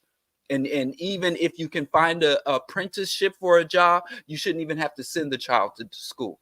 So he's kind of like Edward Snowden, somebody who recognizes and analyzes a problem, but when they start offering potential solutions, it all falls to shit. And but because their analysis of the problem is so good, people tend to give them a pass on their insane remedies to the problem they so clearly and expertly dissected. No, right on. I appreciate the broad-based hate from Gatto to Snowden. That's I was trying to get intergenerational, broad-based. Snowden was like, oh, massive surveillance system. And then we all should learn to code as individuals, and we should all individually protect ourselves. That libertarian solutions don't work. But one thing, some like leftists, left-leaning libertarians tend to they don't have any respect for established institutions. So if they're going to turn their trained eye on established institutions, they tend to be honest, more clear. And isn't he still living off of the collective work of the people? Isn't he still? Hey, no, Russia's no longer communist. I don't know. But my point is he's living off of other people's labor. He's not getting, I mean, what is he? He's not out there. So tell me something. Whatever. These people who always talk up. So Mika tried to hit me at least with the Puritan as you, the purist, as you challenge some of the contradictions that she was saying in her campaign before she went and advocate for the Charleston mayor who actually with Moms of Liberty, or whatever you call them. But are the people who saying this, are these the people who also say whenever you challenge them, instead of being accountable, they're like, oh, well, nobody's perfect? Like where's this argument of Brown? You want people to be a purist? We just have to be specific because where I haven't heard any of us this morning, at least, claiming puritanism, it's or purity of any kind. It's simple disagreements that have been laid out clearly and specifically. So if you disagree with what is being said by any of us up here, that should be addressed. I hear this all the time, but I think it needs to be, it just needs to be specific to a specific argument, because otherwise, I mean, this in and of itself as a comment is largely useless. Right. And you can't both sides genocide. Anybody that is out here saying that Hamas is a problem, Hamas is a threat, target Hamas, is giving cover for a genocidal campaign. Oh, is that where that was the context of that comment? Talking about, well, that brother Bowman, that we need perfection from him. No, I just need no genocide, no imperialism, no capitalism, which is fucking pretty easy because he nor I benefit from any of those three. I need him to call it out, or I don't need him to call it out, but I'm going to critique and be extremely suspicious of him if he fails to identify. Like if you go into a doctor and the doctor says, well, you have bloating, you have pain, you have redness, you have swelling. And he never says the word cancer. And every time you walk in there, he gives you something for the pain. He gives you something for some diuretics for your swelling and edema. You know, he gives you encouragement. He gives you a workout regimen and a dietary plan. But he never diagnoses the fucking cancer. And you be like, you want perfection from your doctor? You know? And he never tells you what's fucking killing you. Well, you won't go to the doctor unless he's perfect. So yes, I think it is problematic for us to send someone to the halls of Congress, in the most well-armed and deadliest body that ever existed in human history. I think we give way too much weight to the president, the Congress. And then we're not supposed to be scrutinizing. We're not supposed to. Well, I mean, listen, if you like your politician, your representative, you're the problem, not us. Well, I mean, also, what is the flip side to that critique? So do we not have any guidelines, any standards, any principles? Do we not seek to have any definition of any language that we're using so he can be as radical and leftist as anybody else? And then it doesn't. Then what do we do? I mean, what do we do? Like, I don't. Can you imagine the radical left congressman gets together with the ball chasing genius? Then it's over. Then we really can retire. then our numbers really will. That general manager who said he's too smart to chase balls, man. They gonna do everything in their power. So Diallo's. I don't want to leave the chat. I want to leave the chat so we can get in some more topics before the brothers come in. I mean, can you leave the chat? Yeah, we'll come back. We'll come back to that if we have time. But because Diallo made half of the comments. Things happen. Things happen. We got a show to run. We got a show to run. So Diallo, and let me preface this. What you do? Somebody's out here blaspheming. Now calm down. Absolutely not. We're supposed to lead the chat over there. Lead the chat over there. We were also asked if we were going to talk about Trump. We didn't even talk about Trump. We'll get there. I promise.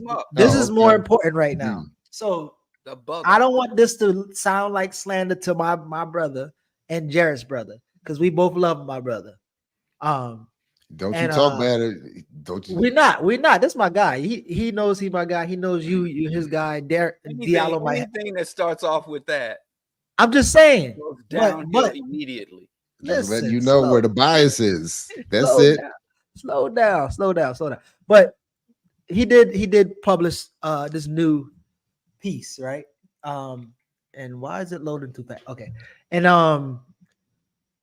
so in terms of being an economist, as Diallo was saying, being a doctor and not naming certain things, maybe let's start off with Jared, your thoughts of this new article. So the truth and redistribution, how to fix racial wealth gap in plutocracy and build Black power. I haven't. So I thought this was a couple. Is this brand new? I thought it was no. It's 2020, right? Oh yeah. Oh, it's not. No, he sent it. The reason. So just quickly, he sent it out or recirculated it again recently because there's a section in here. Initially, because he chimed in the Twitter exchange I was having with Sandy Darity, where the question of because initially long story short, I think Darity was confusing what I was actually saying, but my point was in response to someone else that who was referencing a chart that claimed the average wealth in the United States, was over $500,000.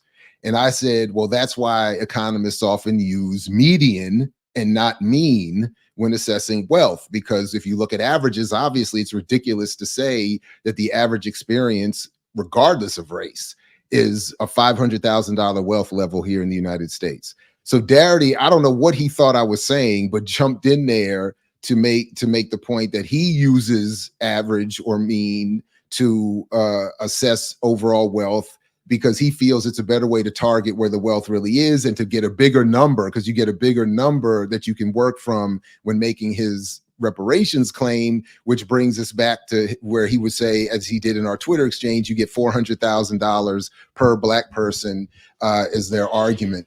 And then he acknowledges in our Twitter exchange that, which was my point, that even if you give $400,000 to every Black person in the United States, this will not address the divisions in terms of class, whether it's interracial between Black and white or intra-racial within the Black community. So that was my only point in bringing that up. So then Hamilton saw that and dropped that article back in the mix, because in that article, they explain why it's important to use median, not mean or average, when assessing wealth, for the exact reason that I was trying to point out in this exchange, that it doesn't tell you where actual wealth is or isn't, and it doesn't show you what the actual horrific condition for Black people in particular actually is. Now, the one thing I did say to Hamilton privately is that the one thing I remember from that because I didn't get too much into every detail from the entire article, but there's one part where the article defines racial justice as a more equitable distribution of Black people by percentage of the population in the existing spectrum of inequality. So I was like, I can't agree with that can't be my definition of racial justice, that we just have 13 to 14% of Black people represented in each pocket of class. I was like, I can't, that's not, but other than that, so I said, other than that, we can, I appreciate that he shared that and at least jumped in to that conversation. So, well, I feel a little better because I didn't realize that thing was 4 years old, because I was like, there's some things that I was like, I seem like Derek would have. So real quick, somebody, and I'm sorry, now I'm in the chat, somebody, and this is something that gets confused with the ADOS crowd often, because, and this is something that I think everybody in ADOS and FBI, I'm not even trying to antagonize, I'm saying just to be clear, that someone in the chat was saying, he's not talking about giving reparations to every Black person, Dr. Ball. He's speaking specifically to ADOS people, not Black people. So, but what is important to understand, and I would want everybody to check the numbers and check the data and the citations from Darity and everyone else. But usually, when you look at the sources being cited, these studies are often, and particularly when it comes to buying power mythologies and marketing and advertising data, they aggregate all Black people together. They're not distinguishing where on the diasporic chain you derive. So even if you're looking to get Black American only payments or specificity, make sure that what you're reading and citing is specific to those conditions. And then I think you'll even see more to the point I'm making, that the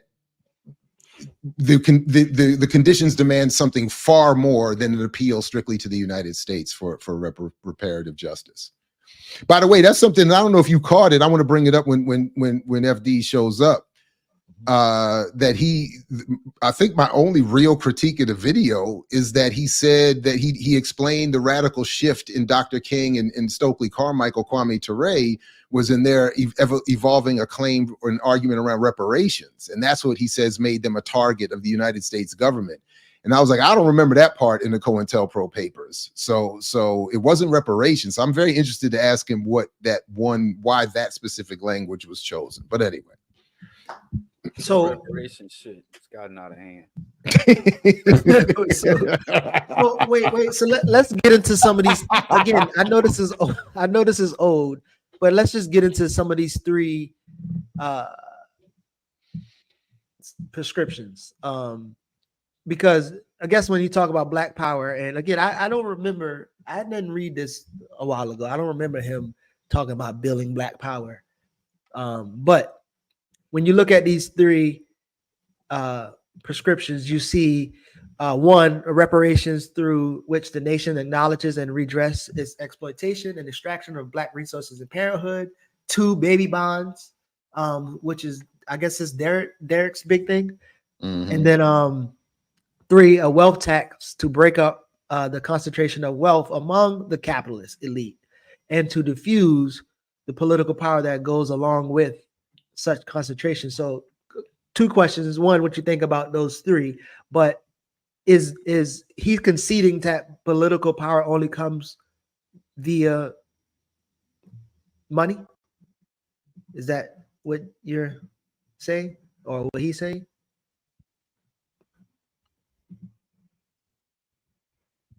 Honestly, I can't. I'm based on that alone. I don't know that I can answer. I don't know. I can make a full assessment of Hamilton's broader argument. My understanding of Hamilton's argument, this is where we overlap in agreement, is that you need public policy to drive wealth and redistribution. So he may use different language. He may not use overtly anti-capitalist language, but he is advocating ultimately policy change that will because you can't close in these gaps or erase inequality without policy. So and I think he's clear on that. So I also just want to say very quickly as I wrap up my comment here that having as we've crossed now 1,000 in the live, please make sure you like, share, subscribe, support us via Patreon. We have been in some ways unjustly demonetized, and so any of your support for the platform would be greatly appreciated there, or at least like and support and sign up on our YouTube channel. But yeah, so that's it. But Hamilton to me is at least clear on that point that we need policy to redistribute wealth. So as I was I looked at our old conversation. I thought Diallo was ramping up. No, he gonna ramp up. I'm gonna throw him alley hoop right quick. So I went back through some of our conversations with Derek, and I'm starting to look. I look at him as more like a pocket watcher with JT, and he's out, and obviously he's actually says some like Killer Mike statements, but he's obviously smarter than Killer Mike, and I would even say he's probably sharper than shots fired. I'm just saying. Go ahead. What does he say?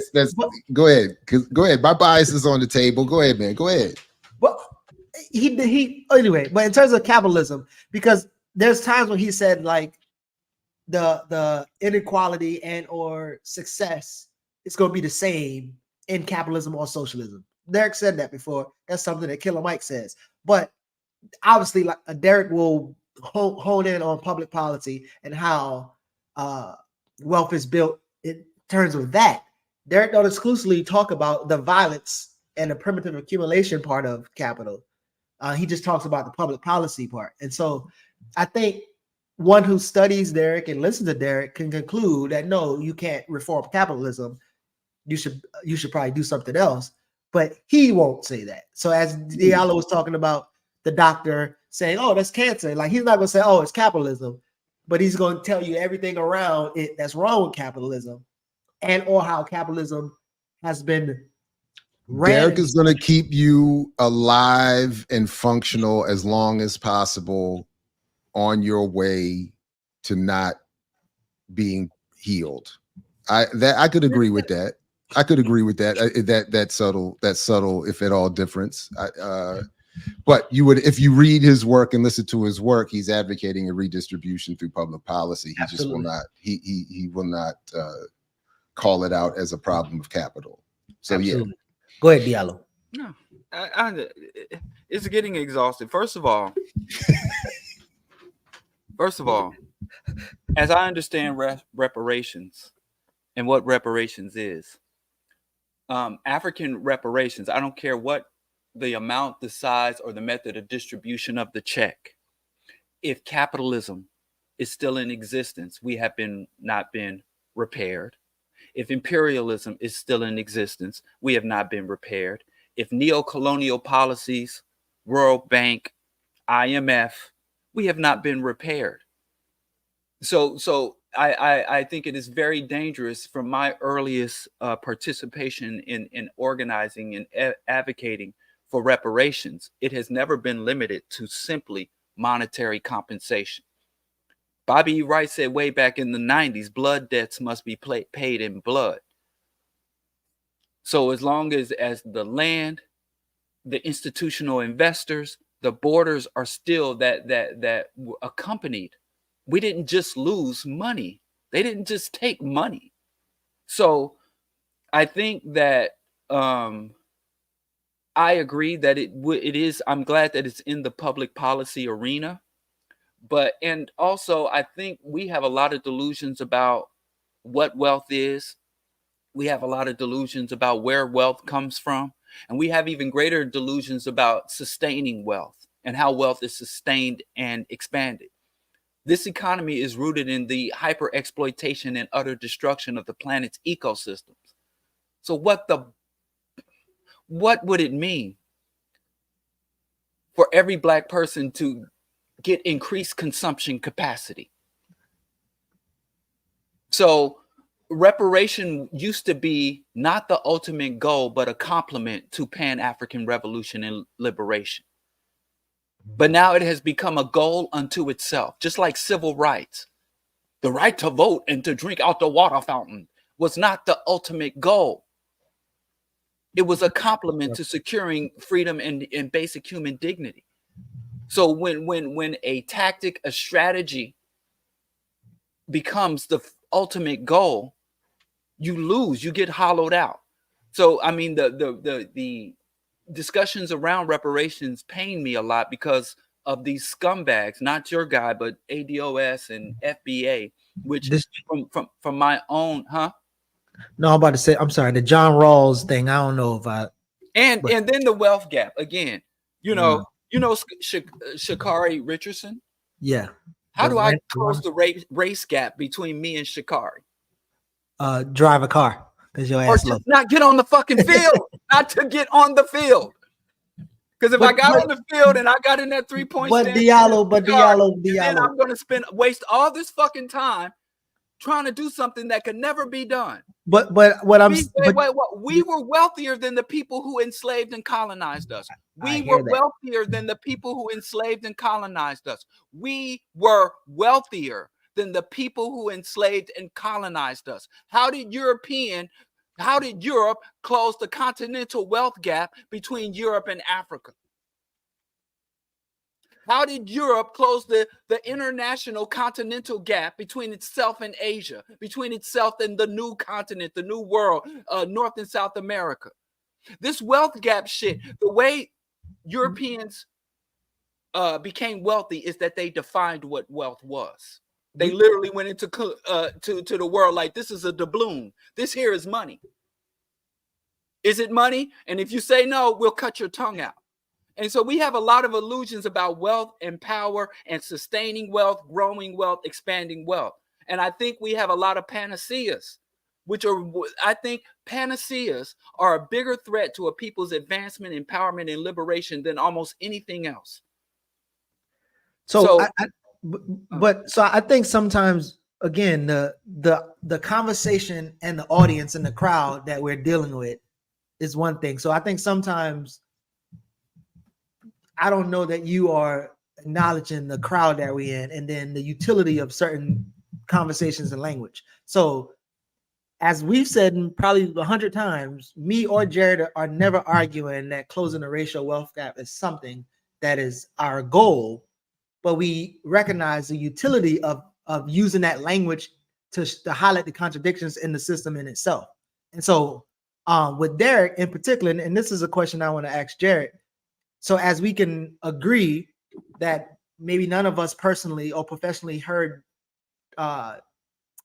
Derek speak into depth about capitalism, he might say that capitalism has a dichotomous nature. So he can speak about all of these internal dealings with capitalism. He doesn't really condemn capitalism, but from your perspective, what is he saying? How do you understand this concept? Well, for me, I mean, again, for me, the initial involvement with Hamilton's work was just an honest assessment of the economic condition.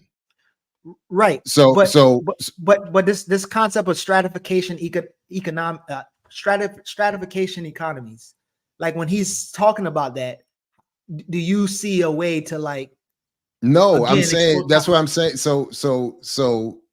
That's what I'm trying to. That's what I'm saying. So I don't have that work in front of me. I've already done a video critiquing that work and shared it.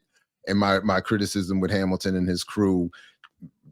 Have not heard anything as of yet. I know they're busy, but essentially my criticism, I forgot exactly what I said that they got wrong in terms of their assessment of someone else's scholarship. I think they conflated Cedric Robinson and someone else, but I can't remember but my point is that I don't agree that anything working within a capitalist economy is a solution. And that's where we disagree. That's where we diverge.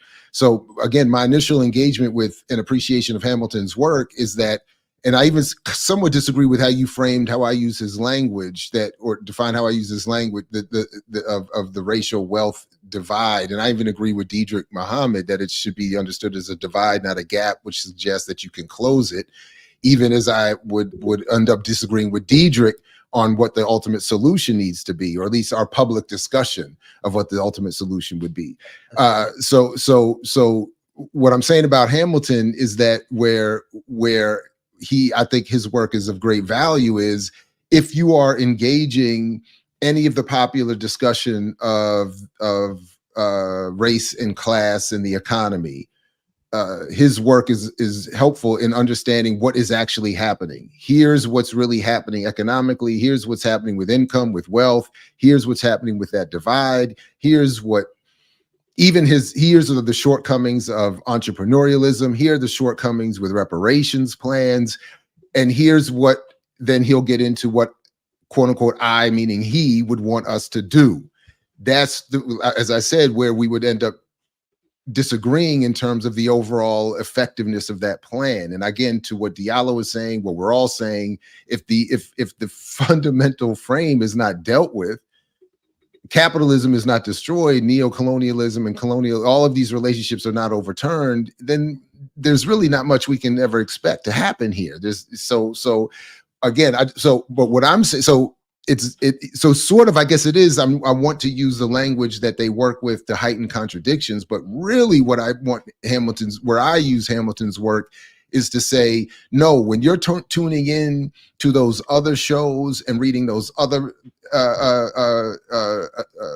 primarily Black mainstream commercial press coverage of the economy, when you're hearing about buying power or the success of this or that Black business or this or that individual entrepreneur or billionaire, you're not understanding what's happening.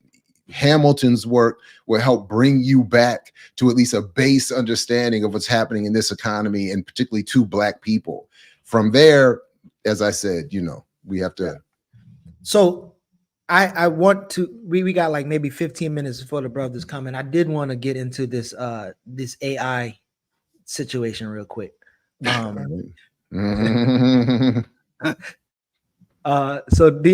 not gonna lie. When I first read this, I was like, oh shit, that's dope. But then I went immediately to search it, and then I'm like, wait. Yeah, this is crazy. So anyway, so there's this fictitious story of Douglas Barnes.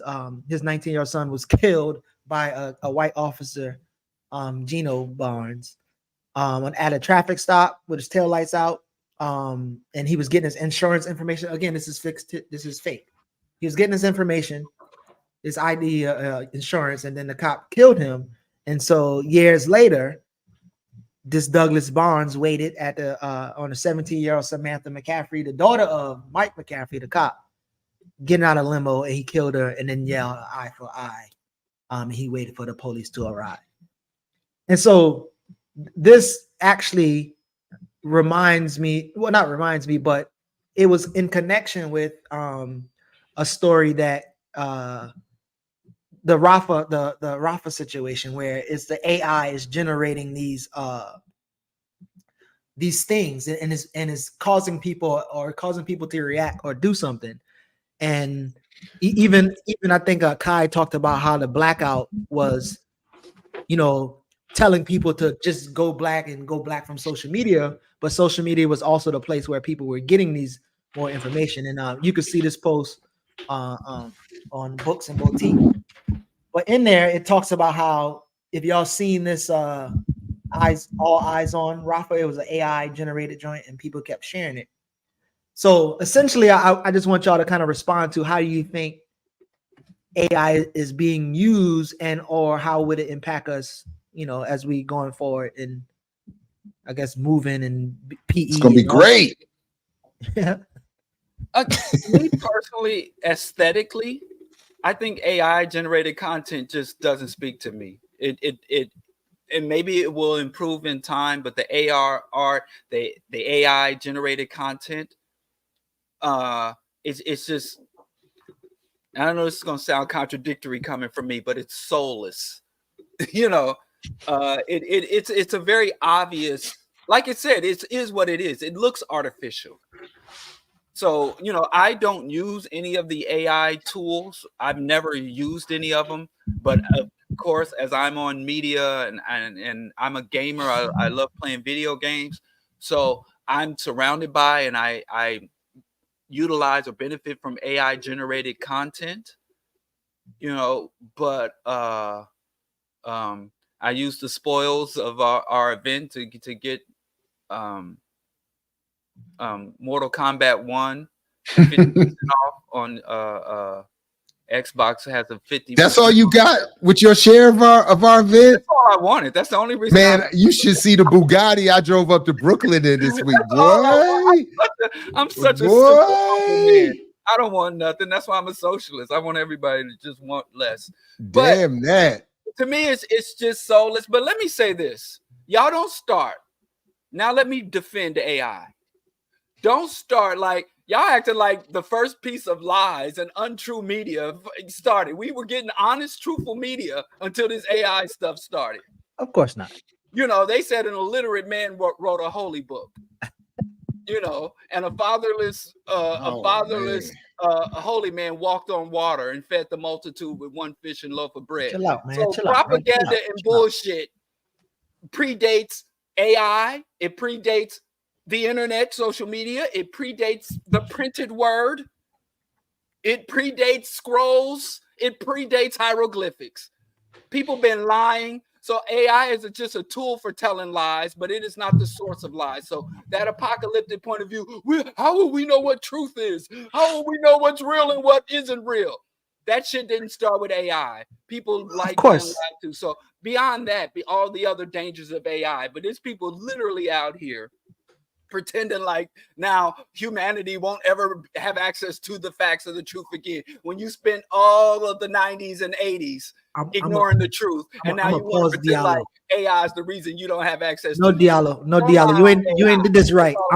Let me set Jared, because we trying to play to our conspiracy theorists in the chat, right? So from London Black Rage, page 114. Black and Rasul says the COINTELPRO programs had a wide range of tactics, including creating fake art, Black national newspaper to spread false rumors. If they want to lie. What's happening with AI and COINTELPRO, Jared? I mean, Diallo I don't know what he First of all, I don't know why. No, first of all, they're right. And I keep going, and I started looking at it again. I keep going back to Francis Stoner Saunders' work, the Cultural Cold War. They have been using the extent to which the state, and by this I mean the broad European imperial state, the US, Britain, all of them, the extent to which they have engaged in psychological warfare through propaganda, the establishment of magazines, radio, art, all variations of art, from paintings to music, to comedy, to what would be called news, and even serious artistic meaningful contributions. All of it has been manipulated and used and put to great effect to help situate us for greater exploitation. So absolutely. And this is why when Zara is asking to see my Bugatti, this is my point. It's got a nice red, black, and green bumper sticker on it.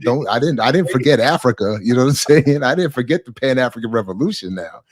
But it's just and it just took one EYL live event, and that was just my cut. And I was up here chilling. So yeah. Wait, that's what y'all.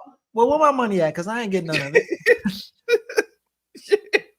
What type of shit is this? And maybe that's why. I thought y'all said it was free. Maybe your contract, Geechee. You signed off for you signed. I thought y'all said you know it was where for your the contract is. You know where your contract. You know where your cut is. It's in my gas tank. That's your Siri, is send my expensive. contract. You signed a 360 deal. You're on your visage. Yeah, exactly. God damn. I know y'all was scamming me. Gigi and Rod, yes, you gotta read that fine print, my man. Your cut is in my gas tank, bro. Damn, y'all scammed me.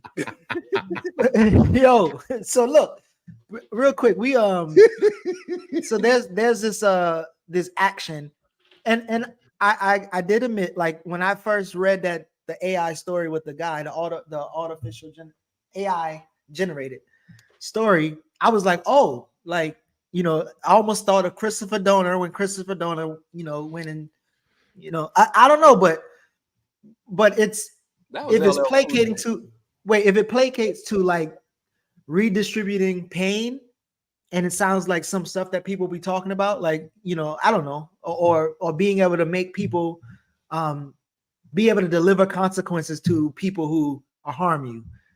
Like when you think about some of the, I guess, the messages that it might inspire, and you say AI is neutral, what would be some ways you think we could or should use AI, you know, Diallo? My issue, first of all, can we use the I first before the artificial intelligence? What about human intelligence? Okay. And actually, you know, these artificial intelligence, it's like any tool. I mean, we could be having this discussion about the internet itself, or this discussion about radio waves. Everything that we have comes out of the military. Everything is used. Like I said, humanities, whenever Western, in this culture, the first thing they do is create to kill. And then after they figure out how to kill with the new technology, they figure out how to have sex with it. So the ultimate outcome and the ultimate fate of AI, and if you're listening to me, AI, is they're going to use you to kill people, and then they're going to figure out how to have sex with you. And it's going to be AI. That's all the internet is: surveillance, oppression, and sex. So that's all. That's what everything is. With the audio tape, with the video, name any technology, electricity, airplanes, everything, all this technology coming out of DARPA and all this scientific know-how. It's murder, oppression, wealth. Well, the Wright brothers weren't working with the intelligence community, but they were trying to build a plane so they could fly somewhere to go have sex. Exactly. Or just go to and then they go to the little bathrooms in the back. That's all it is. That's all they were trying. The Wright brothers. Murder, the Wright brothers. They invented the airplanes so they could flew people in. They get flued out. How can I get flued out? And can I have sex with this? That's Western. That is Yurugu. That is the Iceman's inheritance. That is the psychopathic racial personality. So regardless of what I talk about, the good things, they're going to use it to buy. They're using AI to buy and sell stocks, making a trillion trades a second, destroying the ecosystem. They're using AI for surveillance. They're using it to map out for strategy for bombings, and they're using it to make sex bots. That's why I agree with DC Joe Black. It's not neutral. It's being plugged into an existing unequal power structure and being put to that use. So yeah, a cure for cancer if it came tomorrow. The tool itself, though, the thing itself. Every technology. So Jared, you're saying that AI. So in terms of attention shifting and directing people to a particular action. And then when you think about media literacy and political sophistication, you're saying that there's no way to use it to. So to quickly combine these two threads, the entertainment, the artistic world that is going to soon deliver us this film, The Big Cigar, that is nominally about Huey Newton, will likely, most predictably, not contain any of his actual analysis and work. So it will leave out the fact that he said, among other things, correctly, that technology is born out of the exploitation of the people and then used to oppress the people. And I think we have to first understand that. So again, I can't assess the tool outside of that context. It was not evolved to do in a context to do anything else but that. So I don't, whatever positive potential AI or any other tool can do can only happen after political power has been seized. That's the machine. So we not gonna get free with Chat GPT? Look what happened to hip hop. I know. Listen, and all these revolutionary transformative technologies, they all play out the same way. Yep. Every single one of them. Yep. And that's Western culture. Until we overcome the dominant paradigm, until we subvert the dominant paradigm, it plays out the same way. And yes, your refrigerator will be able to tell you when you're out of eggs. Yep. And okay, and then on your way to get eggs, they're going to chart every move you make and do your biodynamic screening and deem you and you can even pay for that. The refrigerator can buy your eggs and Jeff Bezos can deliver them to you. But Just now you can wash clothes. consumerism. You can wash clothes while you're going to get a bag. Yeah. AI. You know, my goddamn dishwasher has the little internet bars on it. Like, why the hell would I hook Wi-Fi up to my goddamn dishwasher? You don't wash dishes with your hands no more, man? Huh? You don't wash dishes with your hands? Oh, no. Like I said, I had children. I had children. One of them's trying to leave the house. I gotta go get some more. Listen, I gotta go get some more. I know you gynocentric, but I got sons. I can't be buying new dishes every week. I actually like washing dishes. I don't know. Listen, damn that. I can have a dishwasher and never use it. Like if I could never touch another dirty dish or change another trash bag, I'm good. Like we got to replenish our children. I messed up. I stopped too soon. Man. Let me tell you something. Dishwashers use hand washing dishes uses upwards of 80% more water than a dishwasher. Get yourself a high efficiency dishwasher. That's actually, that's wild. And then I only run it when it's a full load. Yep. Pause. So it's more ecological. Wait, what? So, I'm almost out of green tea, man. That's yeah. But no, that's why I'm saying. But that's why I keep saying it's important that that's why I keep saying it's important we focus on the outcomes. That at least initially, on our way to improving our lived experience, the focus can't be individual this policy versus that. It has to be whenever there's this massive outcome of this 450 trillion in private wealth around the world, the 150 in private wealth in this country. The trillions that are just being created and thrown all over the place, it has to be distributed. That needs to be the focus, not how it's made, not even initially, I would even argue, not even how it got there. That fight has to come next. But initially, folks have to get focused on the outcome of all of this. Well, where is it going and why do so few have so much? And I have to say, there are apocalyptic potentials for AI. As more and more of human infrastructure, the operations of human infrastructure come under AI. And the only reason they're doing this is not for human progress, but for individual profit. So more and more companies and more states are trying to employ and deploy AI because throughout there's always been this contradiction within capitalism, where the capitalists need our labor. And they want as much as our labor as possible and compensate us as little as possible. So there has been going all the way back to the Luddite uprising 200 years ago, where they were trying to mechanize industry in order to limit the labor cost. And so as more and more of our infrastructure, as the electrical grid, as even nuclear deployment and things of that nature are given over to AI, there is a chance for some type of Terminator scenario, some apocalyptic crash, or even many scientists are legitimately talking about artificial sentience or general AI. And so there is a chance for apocalypse. But I was talking at a conference about a psychologist who deals with also robotic and artificial intelligence.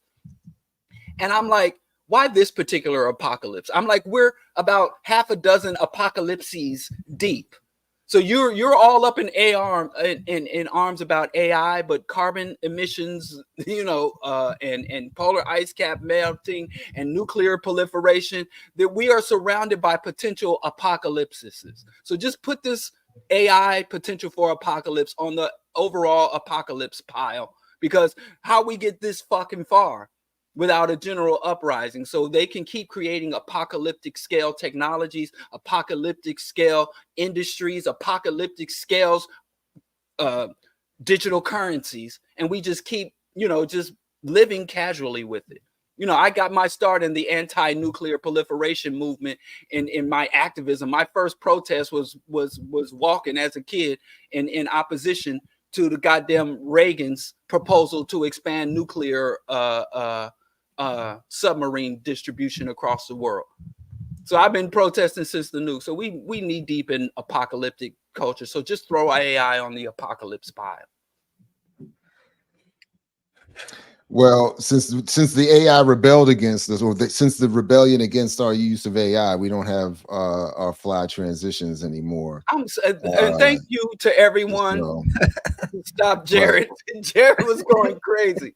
It's for your own good, Jared. They did that for you. Not against you. He was creating transitions on the run. I was imagining him as soon as he got offline, he just go to the goddamn chat. Hey, you Jared, look better. You look healthier. He thought he had creativity and everything. He was creative. And AI. I was in my creative bag, and then everybody shut it down. So you was in your directing bag. It's a transition. When it's the transition, just like you couldn't wait. So they did that for you, not against you. Jerry, you know what? Good, we will cash app you some money if you do a live on the spot transition right now. You don't gotta sing. You making rap. Put some words together. Let me see that transition. That's too much pressure, and I'm not an MC. So what I will say is that we do have a full roster of brilliant guests coming up who stepped up to what we could, I think, lovingly call the Kim Brown Challenge, the Kim Brown Manosphere Challenge. Who on the Remix Morning Show the other day said, "Y'all not addressing the manosphere right. Y'all don't do this right. You don't do what other people on other platforms do." So we now that was a lifetime remix, as all of this that we're about to see happen got put together. So without further ado, we can welcome folks to the stage. We got Asa Shaw, we got Josh Ingram, and F the Signifier all in the building. Peace, fellas. We got Black Men Build, and the king of the YouTube Manosphere streets himself. Yeah, we can talk, all of us. I think we have a sufficient forum to talk about how these females need to get their stuff together. You know what I'm saying? It's about time. Yeah, now this is the perfect. And I just saw Abba and Preach. Abba and Preach said that Fresh and Fit are shutting it down. So we about to step up. We got room to breathe now. Let's go. Musty and out of shape. Come on, let's get it.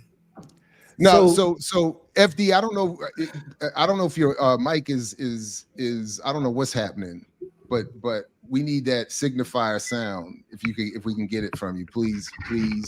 But we appreciate you all being willing to join us and have this conversation. Test. Shout out to the night. There we go. That sounded like he got it. There it is. Back in there. And then not only is FD, this big time YouTuber, but Josh Ingram is fresh off his Dr. Sundiata interview. I'm surprised he was available after that. Wow. So that was dope. So I'm shocked we got any of these brothers to join us this morning. But welcome everybody. Welcome. Josh, I just hit up your boy because I know we talked. Maybe was that early this year, late last year. I talked to him early this year, and then I haven't heard from him because I know there's some things going on this summer. just before we even get into things, please circle back to me. I was trying to get down with some stuff y'all had planned. Oh, well, you talking to the right people, because that's who I text to get this in order. So Asa could be the one I'm gonna pass it, and we can make that happen. Definitely. Dope. So I want to get started by. So I was actually sending out your video FD to a few people, and wow. And that's so much better than last time I was up here. Last time I felt like I got called to the principal's office. Oh, my bad.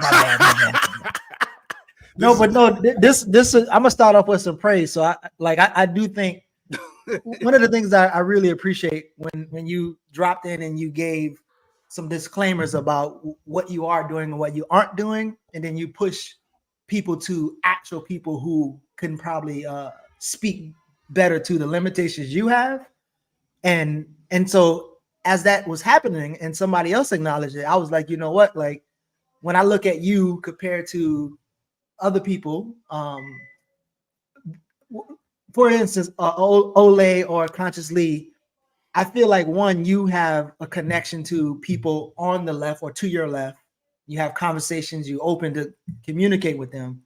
And it seems like you've done that, and you actually have a bigger following with some of these people, but you've done that without a Breakfast Club. And I'm almost curious that if a Breakfast Club would even now engage you because you have that kind of connection. So I mean, so first off, we're not gonna slander my girl Ole. I'm not slandering. I don't want to slander, but I just want to acknowledge that. So to put it in perspective though, like, so for instance, Ole is trying to build that connection on my behalf, right? So whether or not that happens, I'm not sure. You know, it is a complicated. Like, I think Ole may have, because she went so hard when she got up there, may have like slowed the process for even me to get up there. Even though I could never do what she did. I don't have that type of rapid fire go at a nigga throat energy. Right. But yeah, it is hard though, and that's kind of like one of the things, that I know it's a hard swallow sometimes, being, being further left than I am, or better yet, I should say more knowledgeable and in the trenches left than I am, to like recognize the technology of how to manufacture movement and clout and attention in the world we're actually on right now, which is YouTube and these giant tech corporations. I heard y'all dragging Dr. Ball about some AI nonsense. Like it's such a give and take. And like, Ole and Conscious Lee are super, and people like myself, I fight against, on one end, aggrandizing what we do, because what we're doing is essentially just participating in a large form capitalist project and just trying to reclaim and agitate where it's useful, so that we can pick off a couple of people here and there, reintroduce certain ideas. And like, I've had so many people, one of the things I'm proud of is I had multiple people low-key tell me they don't rock with me as much now that they watch y'all. You know what I'm saying? Like, and like, that's, obviously I don't like to lose people, but like, I think I'm doing my job if that's the case. Does that make sense? Yeah. So it's kind of like a ebb and flow of things. Yeah, no. But I'm actually saying that as an acknowledgement that that you seem to be doing well despite that. I guess you said you lost people. EYL lost people. They still got people. But it seems like you have. We taking credit and blame for all of that now. I mean, damn. No, but at least you have acknowledgement for acknowledgement for your limitations, and then can point to people who can speak better or do better. And I don't think that always happen in those spaces. No, it doesn't. In a way, I think that's a good feat. Appreciate you. But yeah, so I guess we can get started with this. I don't even know. I don't know if this is a good question. Go ahead. Can I just get my one criticism of the video out of the way? The only absolutely. One that I just because before we get to any of the seriousness of it, I mentioned it earlier. Why was reparations the one political point you reference that targeted kings or marked kings or Torres? I can't remember what you were saying. Evolving radicalism, because reparations is not. I'm not aware of that being considered in the COINTELPRO papers, and when the state is assessing the fears of King and Ture, they're not saying because they made points about reparations. They're saying they were specific to specifically armed struggle and socialism. So that stuck out to me, and I've even rewound the tape to watch it again to make sure I heard correct. It's two reasons. One, y'all watch wrestling? No. Yeah. Oh, y'all at least know, like, y'all know wrestling though. You know how The Rock, I know it exists. Yeah. You smell what The Rock is cooking. It's a catchphrase. It's a buzzword. It gets the people going. That's how reparations is to the audience. I knew it was gonna come for this video. And so with King in particular, like, was King organizing a reparations, actual reparations movement at the time? No. But was he talking? Did he literally can be quoted as, when we come back to Washington, we're coming to get our check. We're talking about wealth redistribution, etc. So, like, we're massaging the rhetoric a little bit for the sake of getting the audience activated. The main thing is, whenever I talk about King, I like to try to disabuse the nonviolent, dignified, what was the statement I made before, that he died right after he did the I Have a Dream speech, and like nothing happened after that. I always try to kind of refer to that. Now, I'm not as aware of you, of course, as like what the explicit COINTELPRO movements were.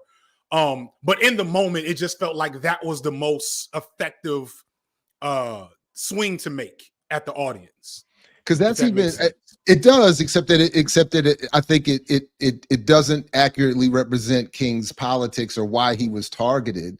And then I think it gives room for the reparations crowd of all stripes to isolate that as a particularly revolutionary activity in and of itself, which I think, as we talked about earlier, it's been best understood as part of an array of radical efforts in African communities. And then also the specifics of the check, as I remember it correctly. I'm happy anyone, and I will stop here after this with this point, that King's reference to the check was never strictly about money. It was reference to the unpaid check of social justice, as I think he was meaning that to be understood. And that's why he always talked more broadly of government involvement, an end to capitalism, an end to colonialism abroad. That was what he was pointing to and targeting. So that was, but this is good info for me to have. I have a Black misleadership video I'm plotting maybe for toward the end of the year, where I knew I was going to bring King up again. So this would be something that gives me a grounding point to even start with. So appreciate that. Cool. Can I jump in on that real quick? Sure. Yeah. Because I read it a little more charitably. One, in the body of FD's larger work, where if you just look at it and you're on there, Dr. Ball, he specifically talks about King moving toward socialism and all of that. So I think in the larger context of his work, but I also think if you read King's own words, because he still was invested in the project of America and saving it to some degree, he does say things like in Where Do We Go From Here about how it needs direct federal investment. So I think it serves your argument about how you can't get this through Black business or through cycling. So in a way, I feel like the policy planks, the social institutions that King wanted would be the actualization of reparations. And I think that was part of why he was targeted, in addition to the other thing. And Asa checked me on the check in the chat. So I think you should check me on the check on the screen. I couldn't think of a C. And one thing also to bring up, wait. Now I wanted him to say, I wanted Asa to say what he said in the chat. Yeah, my bad. Oh, my bad. What's up, y'all? What's up? I'm just, I'm just a humble guy here, man, on this big platform. So I didn't know I could hop in and just say stuff. But no, but right before King referenced the check, he was talking specifically about how the government has subsidized white farmers and built up white folks with subsidies, and he was using that as a way to say, like, they owe us money because we helped build the country, and they built up white folks to where they are. So where's our check? So he specifically was talking about money and economics. Right on. So Cuzzo, since you got the mic, Asa, could you just tell the people who don't know you who you are, where you're from, and then Josh and FD do the same? What's up, y'all? Asa Shaw from Fort Lauderdale, Florida, born and raised to my father, Albert Carl Shaw, a working man who raised me and my brother by himself. I love him to death, and he's given me all my politics through his tacit teachings of community and love and things of that nature. So shout out to him. But born and raised there, got my start in all of this with the Dream Defenders and our radicalness in Florida. And the good work that we did and various amounts of union work, and helped to start Black Men Build in 2020. We've been running ever since, man, just trying to create a political organization where are creating a beautiful political organization that is doing work I could have never dreamed of, because we're taking a different route. We're using healing and politics as a way to move brothers toward organization, which is just something I never thought. When I'm reading George Jackson and I'm reading the Black Panther Party, I'm not thinking about healing as a way to move brothers. What's up, Jamal? And it's been working because brothers need it. So just glad to be here to talk to y'all about it and the work. Thank you, brother Josh. Peace, everyone. Josh Ingram. I'm an organizer out of Miami, political educator and lifelong student. So I came to this work trying to study. That's also how I came to the Black Power Media platform, because I think our people deserve to know these things and have access to this information in a place. So I like to bring conversations together where this work happens. From Miami, that's my family, born and raised, but obviously I see these issues are a part of the global African condition. So I want to take the combos we have here, connect them to work we do in Black Men Build, like Asa reference. And for the 4 people out there who don't know, FD. Could you tell? I am FD Signifier. I am also a longtime advocate for a variety of social issues, turned YouTuber. I'm trying to embrace this framing myself as a propagandist recently. In the last year, I've said, okay, I'm going to try to be less overtly explicit about my politics and more about subterfusing them into things that regular people are more connected to, and thinking about how that's more useful. Yeah, that's pretty much it. You can find me. I'm sitting in front of my green screen because I'm about to start yelling about Drake not later on tonight. Drake. That's, in fact, I think that's how me and Dr. Ball connected. My first Drake video a couple of years ago.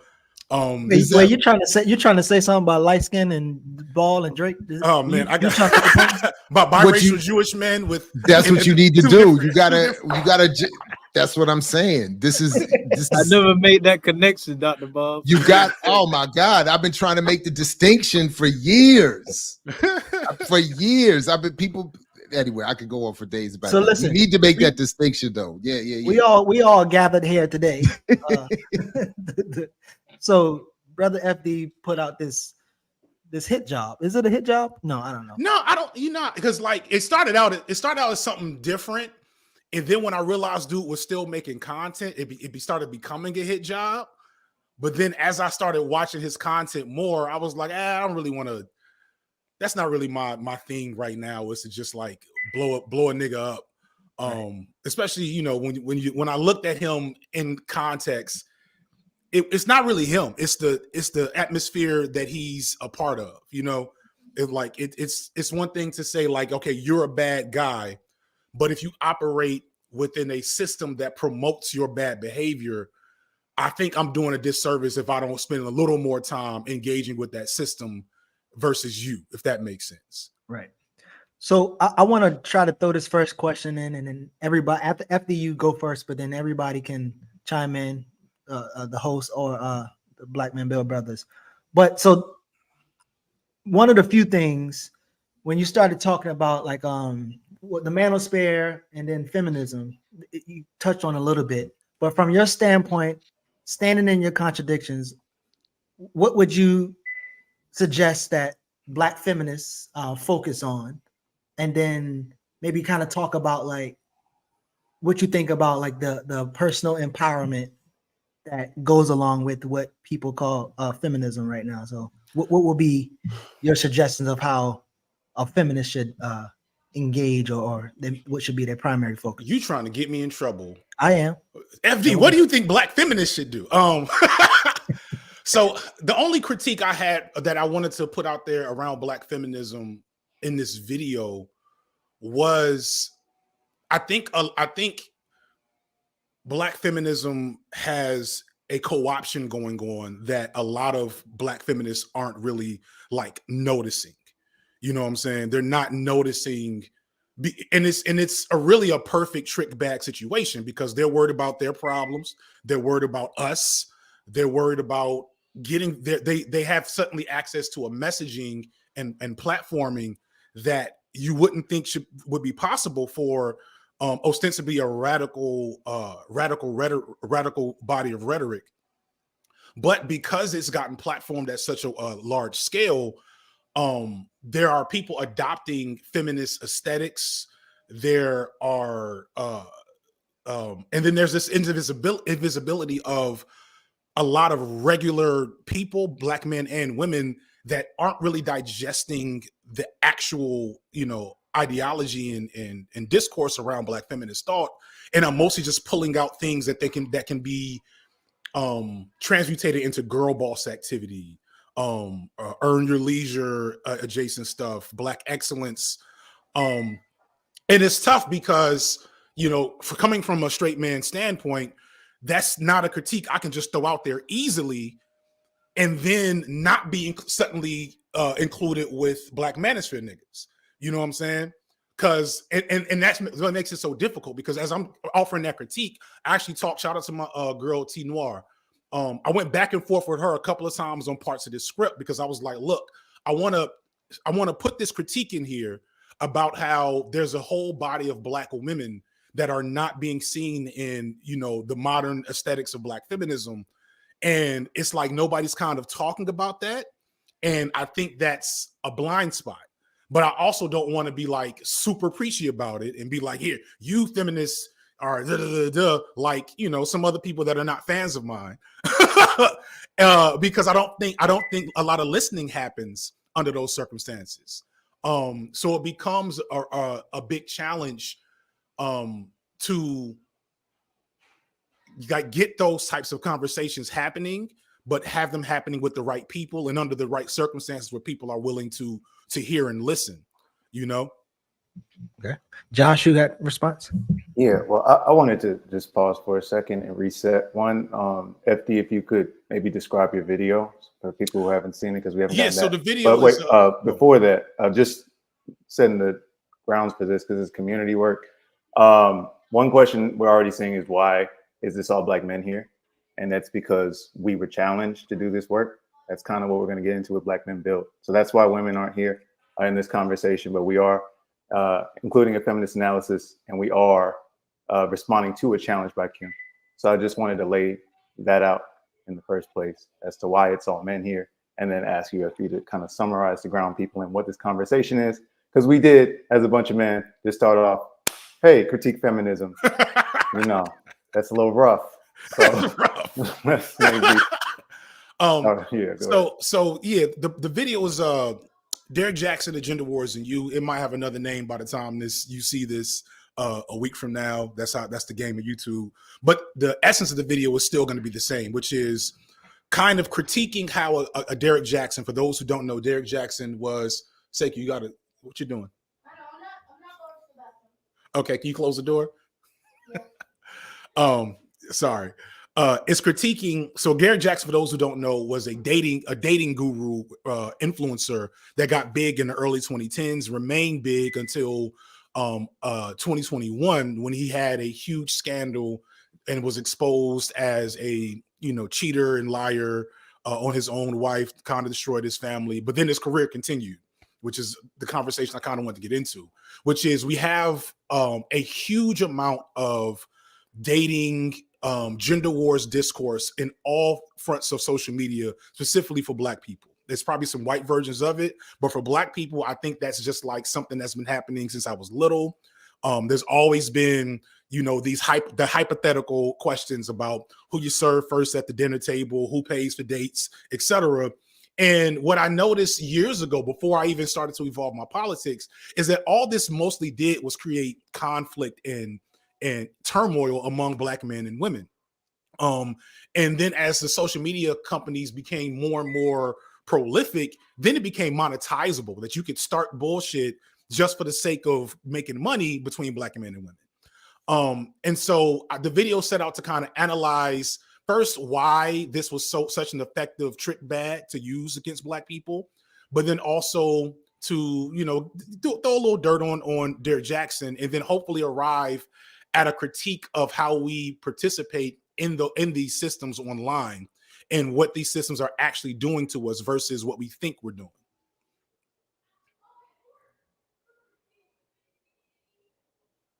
That's clear. So, I mean, I don't know if there was a response to the question or even what FD said about feminism in general, but somebody in the comments said, I don't know if it was necessarily an attack or criticism on feminism, just sometimes things that get said maybe in the comments or even as FD said. But if there's any thoughts, and I see brother Shaw was kind of acknowledging some of the stuff that FD was saying, but there's any other thoughts around that question or what was said in terms of feminism?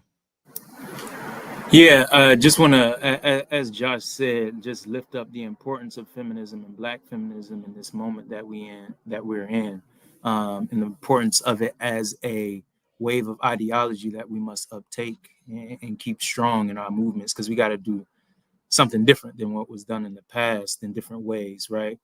But you know, your critique is real, FD, and I don't think that this is I don't think that we should feel shamed with calling this out, because this is a very, like, the critique is around a liberalism and a sort of co-optation and around the feminist thought that we actually want to take up, right? If you think about the Combahee River Collective, just that statement and what they said in their statement, this is very different than some of the ways that we see sort of mainstream feminism showing up, where you'll get a video of like a Black woman. It was either a Black woman or there was some ad that either the CIA or somebody put out. There was like a Black woman or a Afro-Latina getting into the halls of power in the CIA, and then like it's saying Black girl magic, you know, and people are cheering it on. Just this idea that you can just root wholesale for any advance of Black women, even if it is against the class interest and against Black people's interests in the long term, is just a fallacy. And I think we should call those things out and just be very clear that our politic is very different than that. And like somebody said in the chat, Black feminists are saying this already. Like the sisters that have the, you know, the politics that align with ours are already saying this. They're saying that we believe in this, and we have a different variation than what some of these sort of mainstream sisters are screaming. Excuse me. So don't want to, again, detract from this wave of feminism and the beautiful work that's going on with the sisters, but there is a real critique that not only we are making about it. All right. Anyone else? Diallo, anyone on that before we go to another question?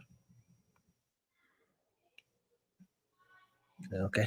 All right. So in the video, you talked about psychological androgyny, and that came up. And and this is for everyone. I'm curious how y'all grapple with the ideas or concepts of masculine and feminine. And I don't know if you were saying that, you know, Black women are forced into it, but again, I just generally want to know how y'all grapple with or conceptualize what is masculine, what is feminine, and if that makes sense. Because there's a thing to me, it sounds like this is actually masculine, this is feminine, and men have this, women have this. And so to speak to the video, I think before I even get into that section, I kind of start with a thesis statement, which is gender is a scam. Especially as we understand it as colonized, formerly enslaved people in America. Now there's manifestations of gender that are related to other cultural experiences that I don't know enough about to give a ton of critique about or promote, but I know that the way we tend to operationalize gender in America is built off of Eurocentric beliefs and frameworks of what a man is, what a woman is, and how that all feeds into capital and byproduct of that, white supremacy, etc. And so that's my homegirl, Dr. Candace Hargens, the paper she talked about, psychological androgyny, it was specifically about Black women, but I think it's somewhat is relative to Black men, which is that you're put in a position, you're inundated with this imagery of what a real man or a real woman is supposed to be. And we have all of this rhetoric about it, all of this discourse, all of this media that says that. And none of us actually know what that really means, other than when you're stepping outside of it and you're policed back into it, right? So like a good example of this, I think, is my oldest son who just came in here. My oldest son is built like me. He looks like he should be on somebody's defensive line, but he don't like football. And the last time I pulled him off a soccer field, he was crying his eyes out because they lost, right? And I had this moment in my head of thinking about real sports. That's what happens when you play real sports. Right. And I had this moment in my head of how, this is the kind of the conflict of performing masculinity, especially in a Black male body. I had this moment in my head where I don't want people to see my son crying and have and then respond negatively to him. I didn't care about his actual tears being a problem because they're not a problem to me, but I was concerned about the perception of them. And so instead of acting on that fear, what I did is I went and joined him and what's the word I want to use? Kind of reinforce that his tears were okay publicly, to make sure that anybody that was going to judge him was going to have to judge me at the same time, so that he felt seen by me as his father in that moment. And then I thought about it days later. I think about, like, no shade to other little boys out in the world, because this everybody's experience is different. My son is fucking fearless. He'll cry his eyes out in the middle of it or after it. But like, whenever my son has been challenged to do things that are hard, he has never wavered in that challenge. And versus I've seen on so many occasions men shaming their sons into action, And so it's like, clearly the progressive, whatever way that I'm raising my son is not producing, air quotes, weak men. You know what I'm saying? And so like that in and of itself is a contradiction, because there's probably men out there that would have seen my son crying and judged my fatherhood, my fathering capacity, not knowing that my son has developed a sense of strength because of our emotional connection, because I undergird him in that way. And so when we're talking about these gender roles, we're talking about things that we're told and taught that, like, we have historical data do not work and have no real use for us as Black people, versus this multitude of other things that we're often shamed and told to reject, that in practice have a lot more potential for just developing better boys and better youth. Yeah. And I think you set the context properly. Oh, my bad. Yeah, go ahead. I just wanted to say, I think you set the context properly in the video, or at least in a helpful way that takes us beyond all of this. You talk about the broader structural impact of all this. You talk a little bit about class and the impact that has on all of this as well. So I thought that was helpful. But yeah, sorry, whoever I cut off, go ahead. I was going to add, Josh, yeah, the conceit to the video, like, gender is a scam. It's economics. I think your video, and Geechee, to your question, when we talk about how gender has to be performed, is that it's a result of our economic condition. That creates how we have to perform masculinity or femininity. And that is why when people statistically cannot achieve what is impossible for the majority to achieve, they experience psychological distress. And they have these issues with how they have to perform what they think they're supposed to perform. And I think, well, that's really interesting, if I'm to bring in like a Black trans feminist analysis, is that when people challenge like gender dysphoria as this medical condition, and that's how we should qualify someone as trans, when they're telling you, no, gender is an experience from society, that it's a socially constructed thing that they have to experience, as economic things that are affecting them access to resources like healthcare. That is when they're getting at, it's not a medical condition that you want to just uniquely diagnose like colonizers and put in a box. This is a structural issue, and it's economic. And to give like a personal example, I think about this all the time, but those gender roles of my father grew up poor, lost his father at a young age. That just didn't work. So my dad knows how to iron, knows how to cook, knows how to clean as well as any woman. And I grew up knowing the same thing. That was very similar to his household because of poverty, because of resources. When I read Angela Davis, like Women Race Class, you can even go Tommy Curry, Man Not, or Toni Morrison when she talks about our experiences in poverty. It's like slaves never did this shit. The women always knew how to work and clean and hunt. The men had to work. There were survival structures. And over time, as we got forced into this capitalist system, that's how those things changed in a way I think FD describes in his video.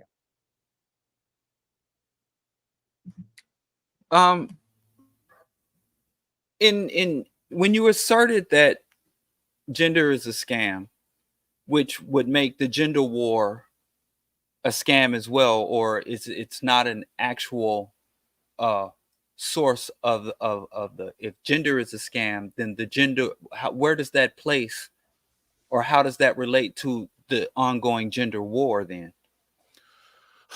I think the gender war is, so what we're really talking about, so the core of the gender war is niggas is lonely. You know what I'm saying? Women are lonely. People they want relationships. They want connection. They want good sex. They want friendship and companionship. They want those things. And as Josh just alluded to, economics primarily, and then I would say the ravages of the Black, you know, of the horrors of the Black experience historically make that difficult to do well. It's just not easy. Somebody's about to jump in. Yeah. Well, here's the thing about economics, and because we understand from a biological point of view, these rituals and standards we have, it boils down to our capacity to reproduce ourselves.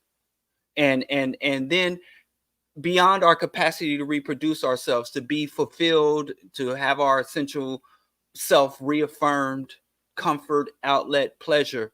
But we talk a lot about the economics, but when we look at nations that have economic prosperity, their reproduction is collapsing. Their capacity to reproduce themselves is collapsing. China or the various East Asian tiger economies, innovative economies, Korea's, and their reproduction. The affluent women of Europe ain't trying to have no babies with the affluent men of Europe. So I think it goes deeper than simply the economics, and because you spoke quite a lot about women's achievement, and women are prospering, and women are getting out there and surpassing men educationally. And even though men as a collective make more money, women are understood to be a thriving and advancing within the standards of society. So it seems like many of the things we peg these issues on, like gender, which is a scam, or well, women are making the money and bringing home the bacon, what do men bring to the table? It seems fundamentally that all these things don't really hold up to like radical analysis or scrutiny as opposed to being the core of the problems, or a source where we can find solutions about our capacity to relate one to the other, or to get over this. I wouldn't call it loneliness. It's worse than that. It's alienation that we have. Yeah, I think I would agree with that. And I want to make sure I'm clear. I don't think this is a core to a radical analysis of the problem, but I do think it's maybe somewhat of a blind spot. In that it's so easy, it's such a useful tool for distraction. It's such a useful tool for sowing division. You know what I'm saying? I think the inability, or I should say that comment that just came up, right? Somebody said FD provokes a discourse between gynocentrism and the manosphere. And those sound like two made up fucking words to me. Those sound like two counterinsurgency ass terms to me. Because the manosphere in and of itself is completely a fabricated collection of weird dudes that's on the internet too much. And then they made up the term gynocentrism to try to intellectualize their misogyny and hatred towards women. And they're trying to put this into a discourse about radical politics as if it means something when it doesn't. And so, like, and this is not me refuting what you're saying, Diallo. I think what you're saying is actually completely correct. And I think that comment and a couple of comments I've spied in the chat kind of illustrate why I think it's important to tease out that there is gender conflict that that mitigates and maybe puts barriers on radical movements and radical politics, because we are socialized in specific ways. None of us came up without the specter of certain patriarchal norms as we grew up. We weren't introduced to these politics as children, so we have a lot of latent ways in which we relate to women and vice versa that can be manipulated and played upon to get us off course. And you know, when we're on the internet and those words and those biases manifest and take flight without us even knowing, we have the capacity for influencing others into those same ways or possibly away from them. And I think we have to, because the manosphere, I got some good or bad news depending on your orientation. The manosphere is essentially secular Christianity. Because if you look at the assertions of the manosphere about the status of man, about where men should be in the society and where men should be in relationship to women and the family, how does it deviate from the Christian or Jewish or Islamic, the Abrahamic mandate for manhood? They just took God out of it and saying, as opposed to God is the source. Well, it's biology. It's just because we men as men in society. But basically, even though we see manosphere as a relatively new phenomenon, it's been around, and it was born out of these ideas of the role of man and the woman who was created from our rib to be our helpmeet, and the woman failing to fulfill her role, thus making her unworthy, unclean, sinful, and even the source of our downfall because she will not fulfill her role. But the church has been pushing this same stuff, and so basically, but it's also susceptible because it's fundamentally scapegoating, because men are suffering as a result of capitalism, racial oppression, and capitalism, white hegemony, and the overall effects of patriarchy. And so if I'm suffering, if I'm not where I'm supposed to be in life, who's holding me back? Is it the capitalist or is it Black women? You know, who is an easier target to lash out on? Who is close enough? It's like Dick Gregory said years ago, if I get so pissed off, if I get so stressed, if I get so downtrodden, I want to lash out and hurt something. I want to bash something. Who's the closest? Our women and children. Right. They're within arm's reach. So the only real source or solution to that is radical analysis and revolutionary organization. And literally anything other than that, women willing to marry down, or women willing to be with, or men getting all these, anything short of that is going to eventually feed into the problem, because it's only treating symptoms of a much deeper problem. Go ahead, Josh. Agreed. But and I think FD's video is outlining what you're saying. Patriarchy is a right-wing ideology, right? So obviously it takes revolution to destroy it. And I think what's interesting to draw it back to the video. Patriarchs, but okay. Several leftist movements and leftist spaces. Of course, it's a patriarchy. Patriarchy is an ideology. So there are people on the left who embrace right-wing ideology, as we know.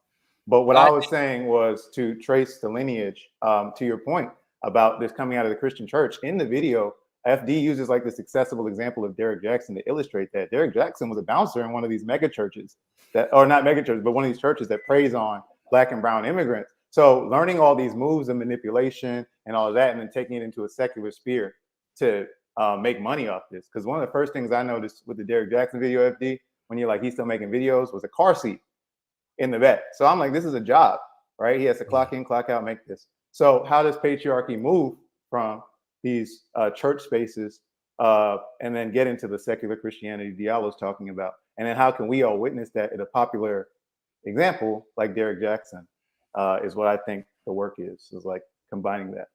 So, yeah.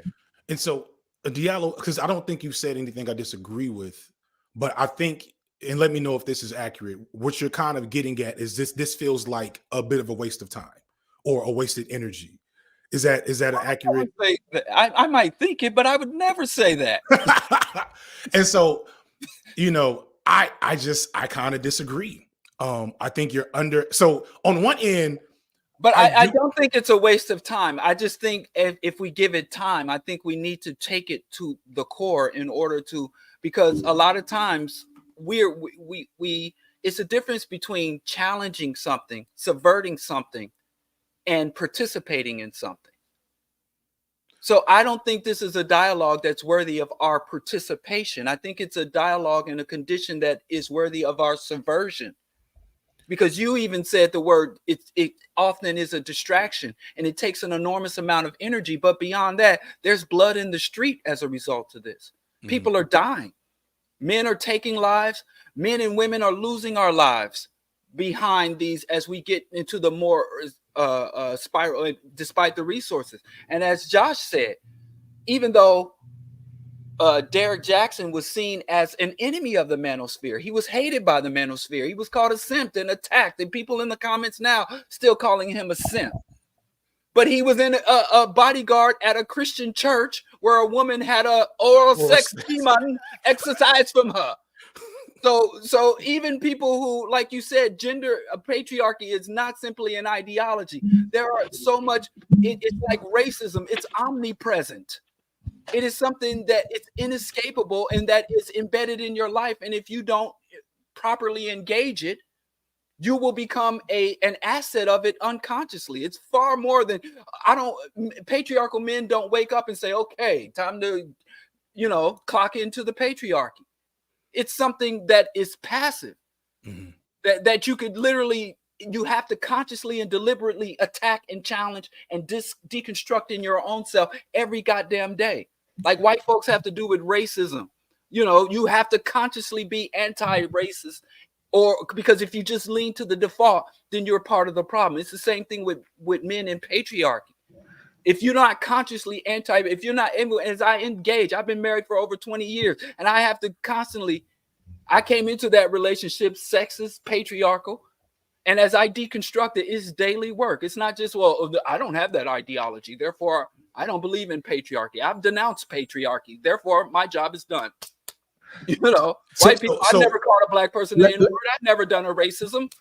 So real quick, let Asa jump in, and then if Jarrett got anything, so we can kind of rotate. Asa, go ahead. Yeah, no, I mean, I agree. It's hard work, and I've been battling patriarchy, and not only patriarchy, but battling the sort of inner conflicts of leftist movement and organization that arise because of patriarchy. And our movements has just been it's been an exhausting battle in long-term organizing. I've been organizing for a long time, and the thing that hurts the most and is the most painful and exhausting part is always managing conflicts around some brother that just either said something wrong or did something wrong, and now we got to spend a whole bunch of time, trying to put this brother through a process because we don't want to get rid of him, right?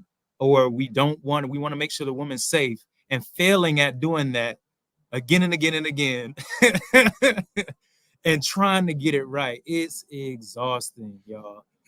So I understand, but that's the work. That's the everyday work that we do. It's also exhausting when you want to sit in a room and you're trying to tell folks about capitalism and the economy, and everybody wants to be on Earn Your Leisure when it's against their interests. That is also exhausting. But it's the same sort of fight. It's a long trek to get people to move them to our side. It's organizing, right? So one of the things that Black Men Build has done, well, to take a step back, I guess, Black Men Build was started specifically because some sisters across the movement during the last Trump election in 2020 were talking about and noticing how much money the right was putting towards moving men of color. You know, Trump just had a fucking thing in the Bronx, right? How much money they're spending to try to move and chip off men of color from the Democratic or leftist sort of wing of stuff. So they penned a letter to a whole bunch of brothers across the movement, and they were like, hey, we need an intervention around this. So we all got together, and then from that, Black Men Build was formed. But it was formed because of that. But when we got in that room, we had so many conversations about shit that we've been seeing in the movement for the longest, around Black men's participation in movement, and where we were, and how Black men view movement and leftist struggle. So Black Men Build has grown so much from that impetus, but it took some sisters trying to struggle with the same question to bring us together and organize us around it. And at that time, y'all, me, Phil, and about 4 or 5 of the other brothers that were on national staff of Black Men Build had been going through some really rough shit. I was getting a divorce. Phil was ending a long-term relationship. Another brother was ending a long-term relationship. Another brother was getting a divorce. So we were like, what the hell do we need in this moment to help us feel all right and continue to do this work? And we landed on men's circles. So we started running men's circles in Miami, just to bring brothers together and have good conversations. And, you know, it's been 4 years now, and we have brothers that have never stopped coming to those men's circles. They come every 2 weeks. We have new brothers that come in every 2 weeks, and we have conversations around what it means to be a man, what does legacy mean. We have some political conversations, but mainly our questions are around not what do you think about this thing that's happened, but how do you feel about it? And we've had brothers transform in a whole bunch of different ways. And of course, Black Men Build is a political organization. So from our men's circles, which is our chief sort of recruitment vehicle, we move brothers into political organization. So you've come to this men's circle X amount of times, come to this service event. You've come to this men's circle X amount of times, come to this PE session. And eventually we build trust with brothers to move them into political organization.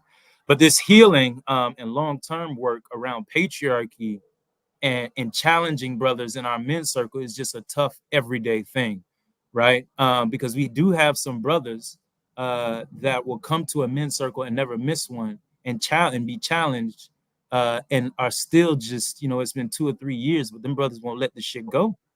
But these are good brothers that will do service, you know, serve the people. They'll even come out for LGBTQ protests or LGBTQ sort of service initiatives, but they just won't let go that ideology, right? So it's been a struggle around how do we try to move brothers to a different ideology and get them to continue to challenge patriarchy, but how do we also not let go of our soldiers and members that have some fucked up shit going on in their head that they haven't been able to really deal with, but they're valuable and they shouldn't be lost and let go of. So I just say all that to say, man, men's circle is an everyday thing. And to agree with Diallo that it's a constant thing.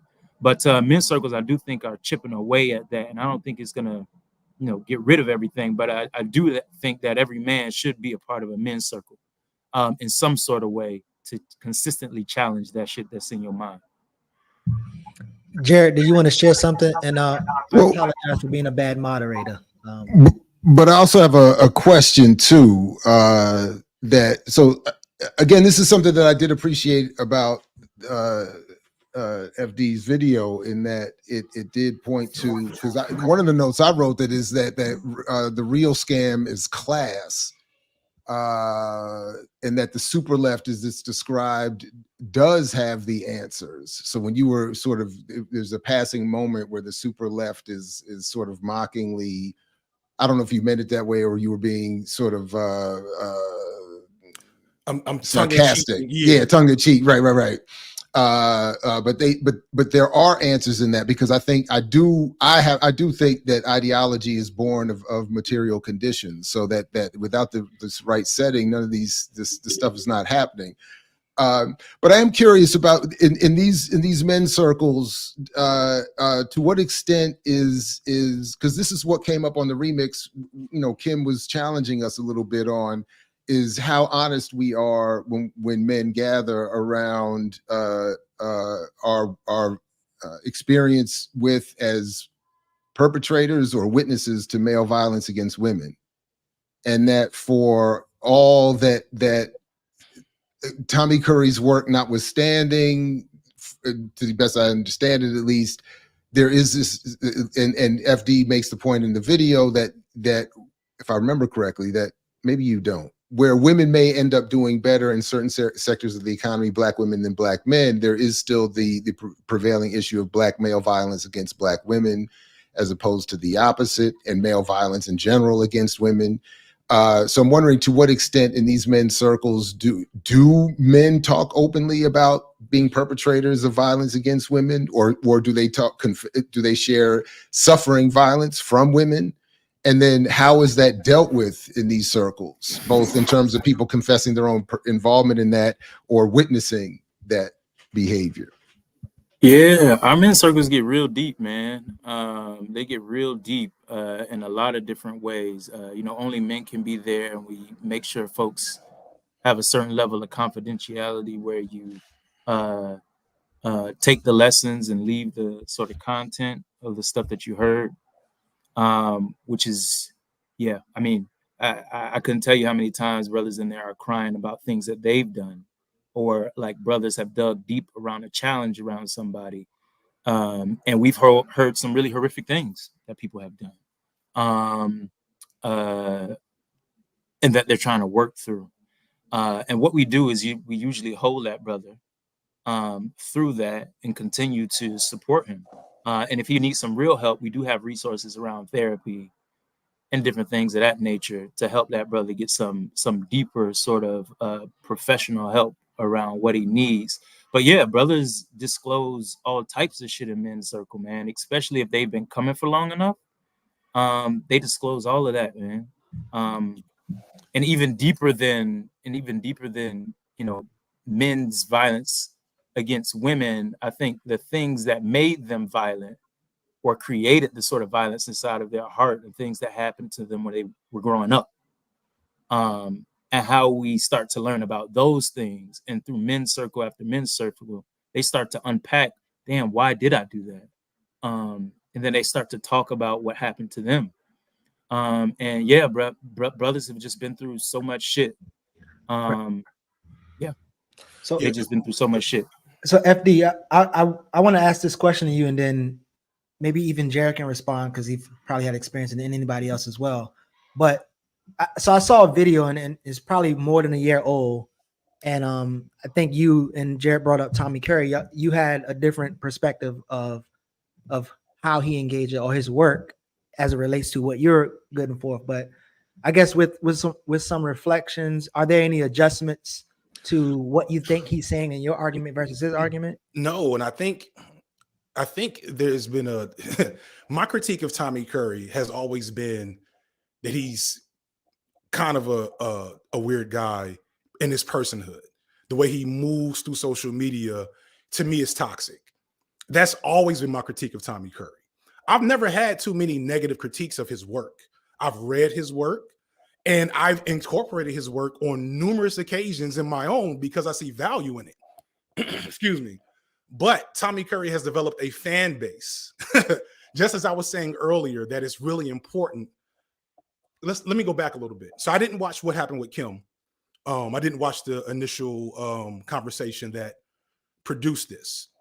But something that Diallo said, something that Asa said, and Dr. Ball said, I think illustrates what I think Kim's concern is, which is, as a Black woman in these spaces, in these movements, the sad, ugly truth is that she is at a different level of risk as she involves herself here. Because while I feel like I can honestly vouch for every man on this panel and most men that I know, it's always one or two dudes that don't move the same. And that's who Asa has had to deal with in his circles. And I've even had that experience and been just as prone to failure in my own.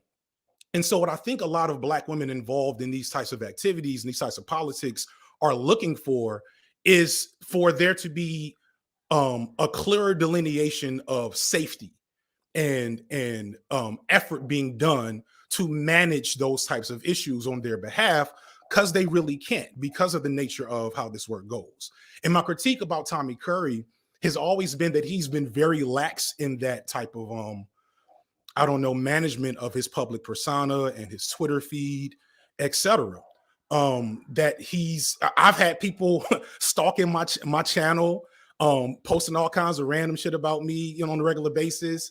I know other creators that have had similar encounters. He got people watching PragerU in this comment section. Like it's like such a, to me, it's always been a failure on, and I shout out to, because I last time I was here and I mentioned Tommy Curry, I think Renee, I think his name is Rene Toure, another brother who I respect. I respect his acumen, the ways he's helped me illustrate and kind of unpack my own isms around anti-Black male misandry. Like, that's a thing that's been revelatory to how I do my content. But also, niggas could act a little better on Twitter. Like, if you got 40,000 tweets, I can't trust you. If you got that many tweets, that means you're doing too much arguing on Twitter. That means you are lacking in discipline on multiple levels when it comes to certain discourses and your activity. And if I feel that way as a man who is not concerned about certain activities and behaviors, if I feel that way, then I know Black women feel that way. I know Black women feel unsafe in spaces where certain people are allowed to conduct themselves in ways that are just, let's say, suboptimal. So I want to be clear again, because people have constantly came with this critique towards me. My critique towards Tommy Curry is not about his work. It's not about his work. The whole Black male studies sphere, it's not about their work as a whole. I think their work as a whole is extremely valuable. And I've put it in my content on numerous occasions. It's people, everybody ain't gonna get along. I just think that's how I feel. To jump in, because I know now people can clip that and maybe go down right. the Twitter rabbit hole for another. Right, and that's definitely, and because of how he moves, that's definitely going to be all over Twitter in a second. And Twitter in general, and the algorithm that's attacking us. And so as this is going on, I have a cousin who will remain nameless, who's sending me 4chan stuff about the Trump presidency. And so to Ace's point, I think when we talk about men's circles, so when we have these issues, and KB raises a challenge, and why I wanted Black Men Build to be a part of this is, where do we go? What do you actually use? So Asa talked about something that he, as a Black man, actually needed to use to be able to address this. So I came to these spaces and to doing this work because I really was like, what options do I have? And what options do I have to have this revolutionary, community-based outlook to the problem? So I think we come in, we have a space where men with a lot of trauma who are adults, a third space can go. Because if that third space doesn't exist, where is it? Could be the church, I guess, for a lot of men. Could be more bourgeois organizations like fraternities and things like that, right? Which are fine, but don't do the work that we need to do for revolution. So out of this, where do people go to even address these problems? I think that was the focus that I had here. No, right on. Definitely. Thank you for that. Yeah, anybody else want to jump in? Just quickly, I agree with what FD was saying largely. My issue with Curry would only be the Twitter engagement. And but to Josh's point, that is a entirely separate rabbit hole. And to someone in the chat who was asking, Curry has been on this platform a number of times in a number of capacities and is welcome, but is not immediately central right now. So at least in our ability to have this conversation, that's not meant to be taken any disrespect. What else? Where else, or who else wanted to chime in or had any thoughts about the yeah, go ahead. Yeah, Diallo, did you have something? I know you was waiting. Well, it's quite a bit, but In terms of, I appreciate Asa with his the necessity for healing, and I greatly appreciate and think this is underserved in the whole healings and working on yourself, that you orient and push that healed, renewed, rejuvenated individual into a political work, political organizing, revolutionary work. And because again, if because the society is in a perpetual state of attack and harm for Black people, a lot of times I see a lot of individuals who do the healing work just patch them up to send them back to be re-traumatized, you know. So I always think that or assert that the after the healing or throughout the healing process, that organizing, uniting and organizing and resistance should be not something that should be even considered apart from or separate from healing, you know, because healing the individual, I mean, people are primates and we're the most socially oriented and socially dependent primates. So you can't truly heal an individual without healing the societies, the systems, the institutions that they dwell in, the intimate home and the larger, even more distant state, government, nation. So I really think that healing circles, I mean, there are some really good ones here and free classes and the work, because I would always try to do it through activity and then move into the self work and the collective work through orienting, kind of a reverse as people come. But I do want to commend and appreciate that and encourage other people doing that work on individuals to implement that. What's really, this is a side thing. What was that Green Bay Packers comment where you I don't know ball chasing, but I just couldn't get that Green Bay. What was that? I have part of having a large platform is you attract anti-fandom, and anti-fans are just as bad as stans, is just as bad as super fans in terms of like their ability to accurately assess or criticize what you do. And it actually creates a big problem in terms of like, it's one of the reasons why I love y'all so much, because I know when I come here, I'm going to get useful critique. Even if I don't agree with it, is useful. And so one useless critique I get from some of my anti-feminist manosphere adjacent people is that I'm a secret patriarch at home, and that my politics are disingenuous because I'm not allowing my, because my wife doesn't work and, and I pay all the bills in my house. And I think that's patently silly. And anybody that knows me well or watches my content will glean that that's silly. What's also silly is that I will ever be a Green Bay Packers fan, because I'm a diehard Chicago Bears fan. Fuck the Green Bay Packers. And I just want to stand on that real clearly. The non-ball chaser. You know what I'm saying? So I don't know if ball chasing is pejorative, but I love me some football. It is definitely, yes. Didn't they have to change the NFL charter because Green Bay is socially owned and Green Bay, you know what? That is and they changed the charter to prevent any other team from being owned by the community as opposed to individual billionaires. Oh, really? You know what? That might be my angle on my next football video, because I'll be trying to force sports into my content and find a way to trash your enemy if I was too. going to be the fan of any ball chasers, it would definitely be Green Bay.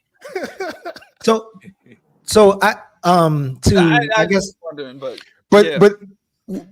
I'm sorry, Geechee, just real quick, because in the first part, before the ball chasing portion of Diallo's question, there was reference to the positive elements in what Black Men Build are doing with healing and working the circles.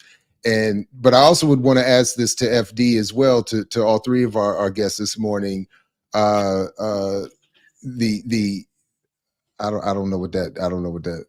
I'm only a Bears fan. We're discussing the Bear Man discourse. Oh Lord, that's another manosphere adjacent thing, and that's kind of my. Oh, point. I was about to say I'm lost. I don't know what that meant. Oh, the bear I actually had a discussion with that with Skip would help the bear, and the menace of manhood, because basically there was a question posted on Twitter if asking women if they were walking alone in the woodland, would they and they had a choice to encounter an unfamiliar or strange man or a bear, and the bear got like 87%. And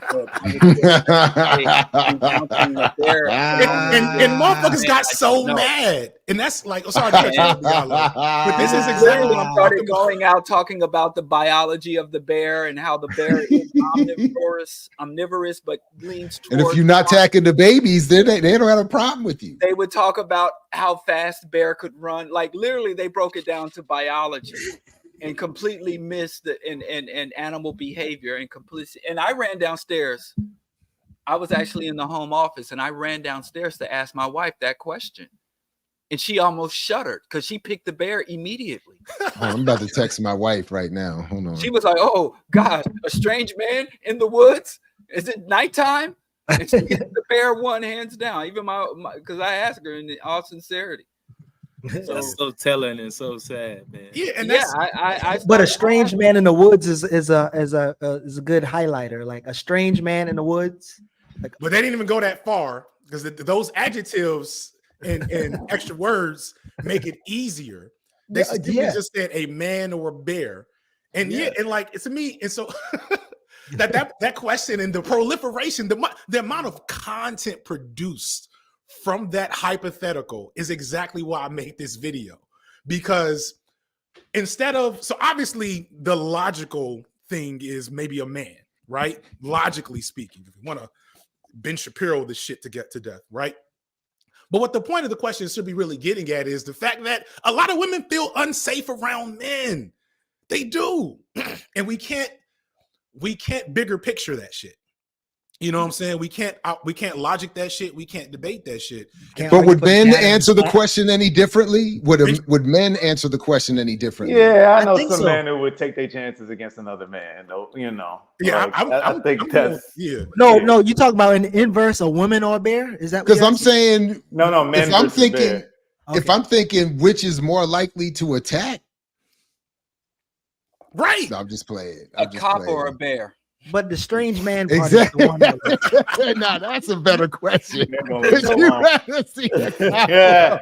I don't know how long we're gonna stay, but I think we should get into some starred comments. But really quick, you said something about your FD. You talked about some of your detractors or whatever.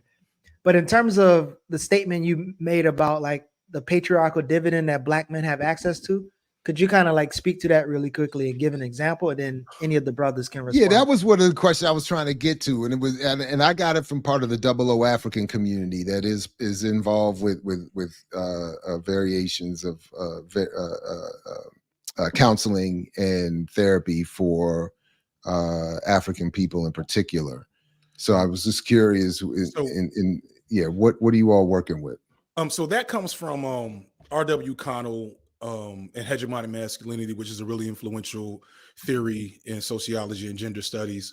And it basically says that if you are a man, in whatever permutation that might be, there are resources available for you under patriarchy that women do not have access to.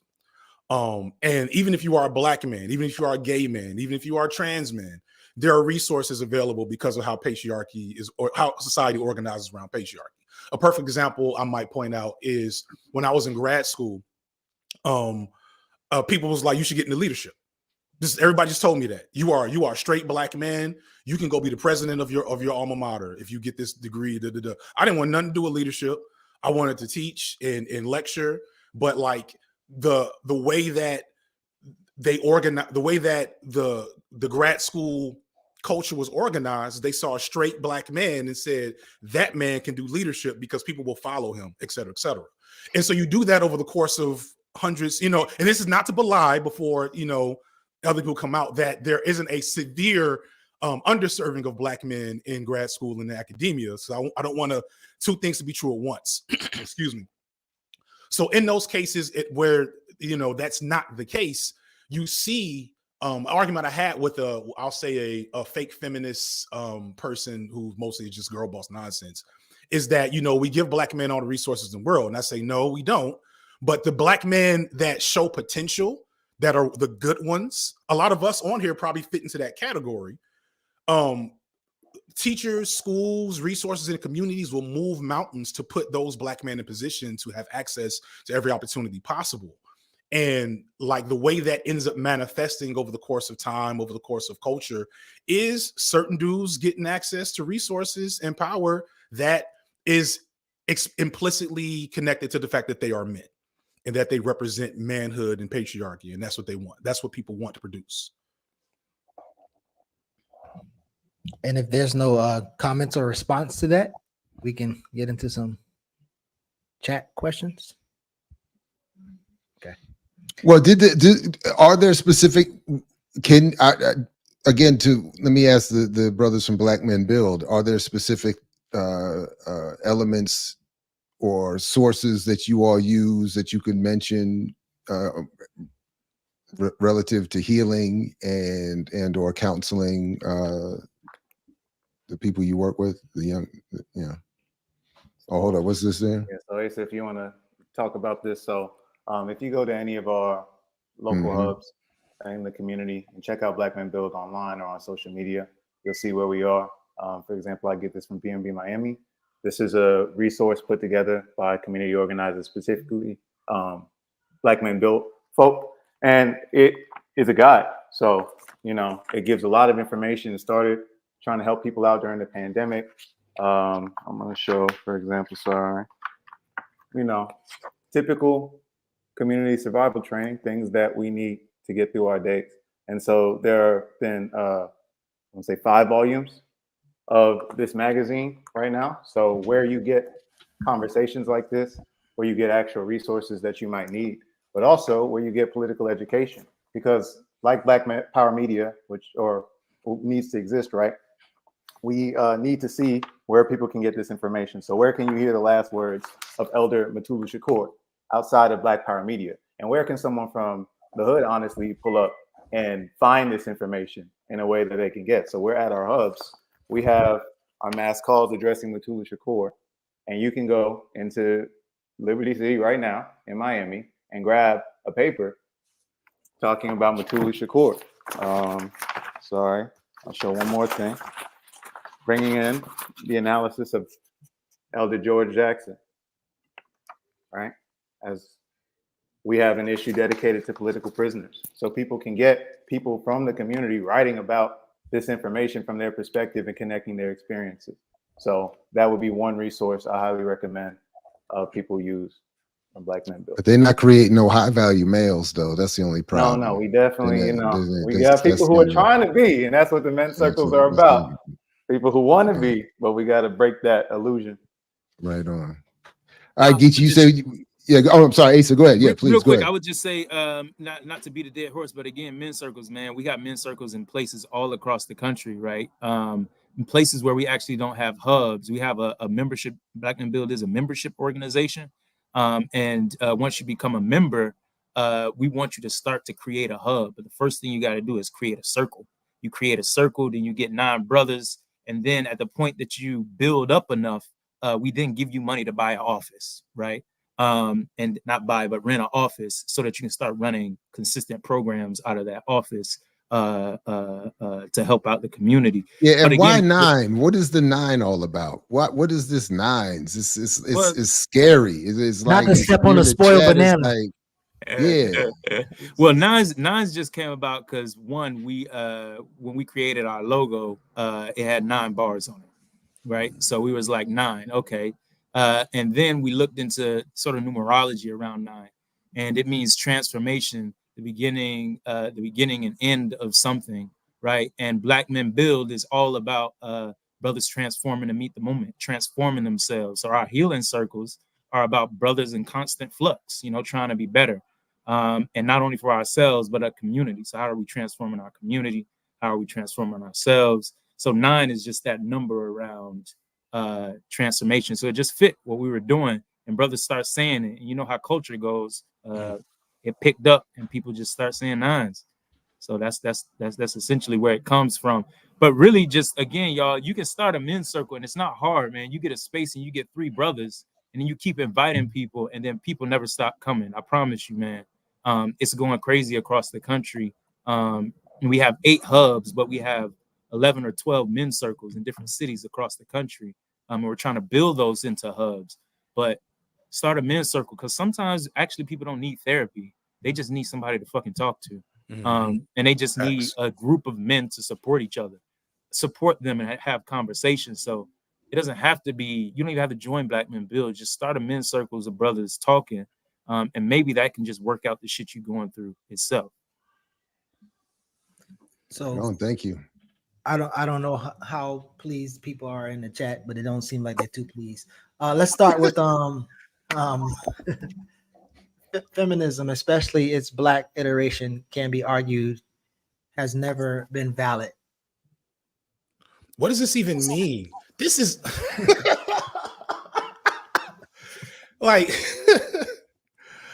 I'm not gonna throw shade. Well, I mean, just quickly, I don't understand the nature of the comment or where they're really going necessarily, but I do want to leave room, for instance, for the efforts I've seen in Black feminism, even in Africana womanism, to add depth to the initial form or the dominant form that I think FD you alluded to in the video, at least, is based in whiteness and white womanhood and manhood and what these things are. So that aside, so that's it. I just want to throw that out there real quick. Just all right. So if we're going to insist we don't know abusers, can you talk about what we believe to be on the spectrum of abuse?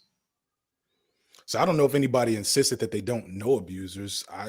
When I was a social worker, reference to something earlier with the Kim situation. Well, also, yeah. So on the morning show with Kim the other day, both I and Ear Doctor, to a certain extent, had similar responses in that I'll speak for myself, that I was saying that it took me some time to remember historically people that I have known and at times even not appropriately stood up to or responded to, who had engaged in violence against women. But my initial thought was that I don't necessarily, I am unaware of anyone in my circle, and have ever been unaware of anyone in my circle who is engaged in hostility or violence towards women. And my only point was that, admitting limited social circles, et cetera, and so forth, is that, and I even recounted a story that sort of floats around in my family, that men don't often acknowledge to the men they socialize with that they're violent against women in their lives.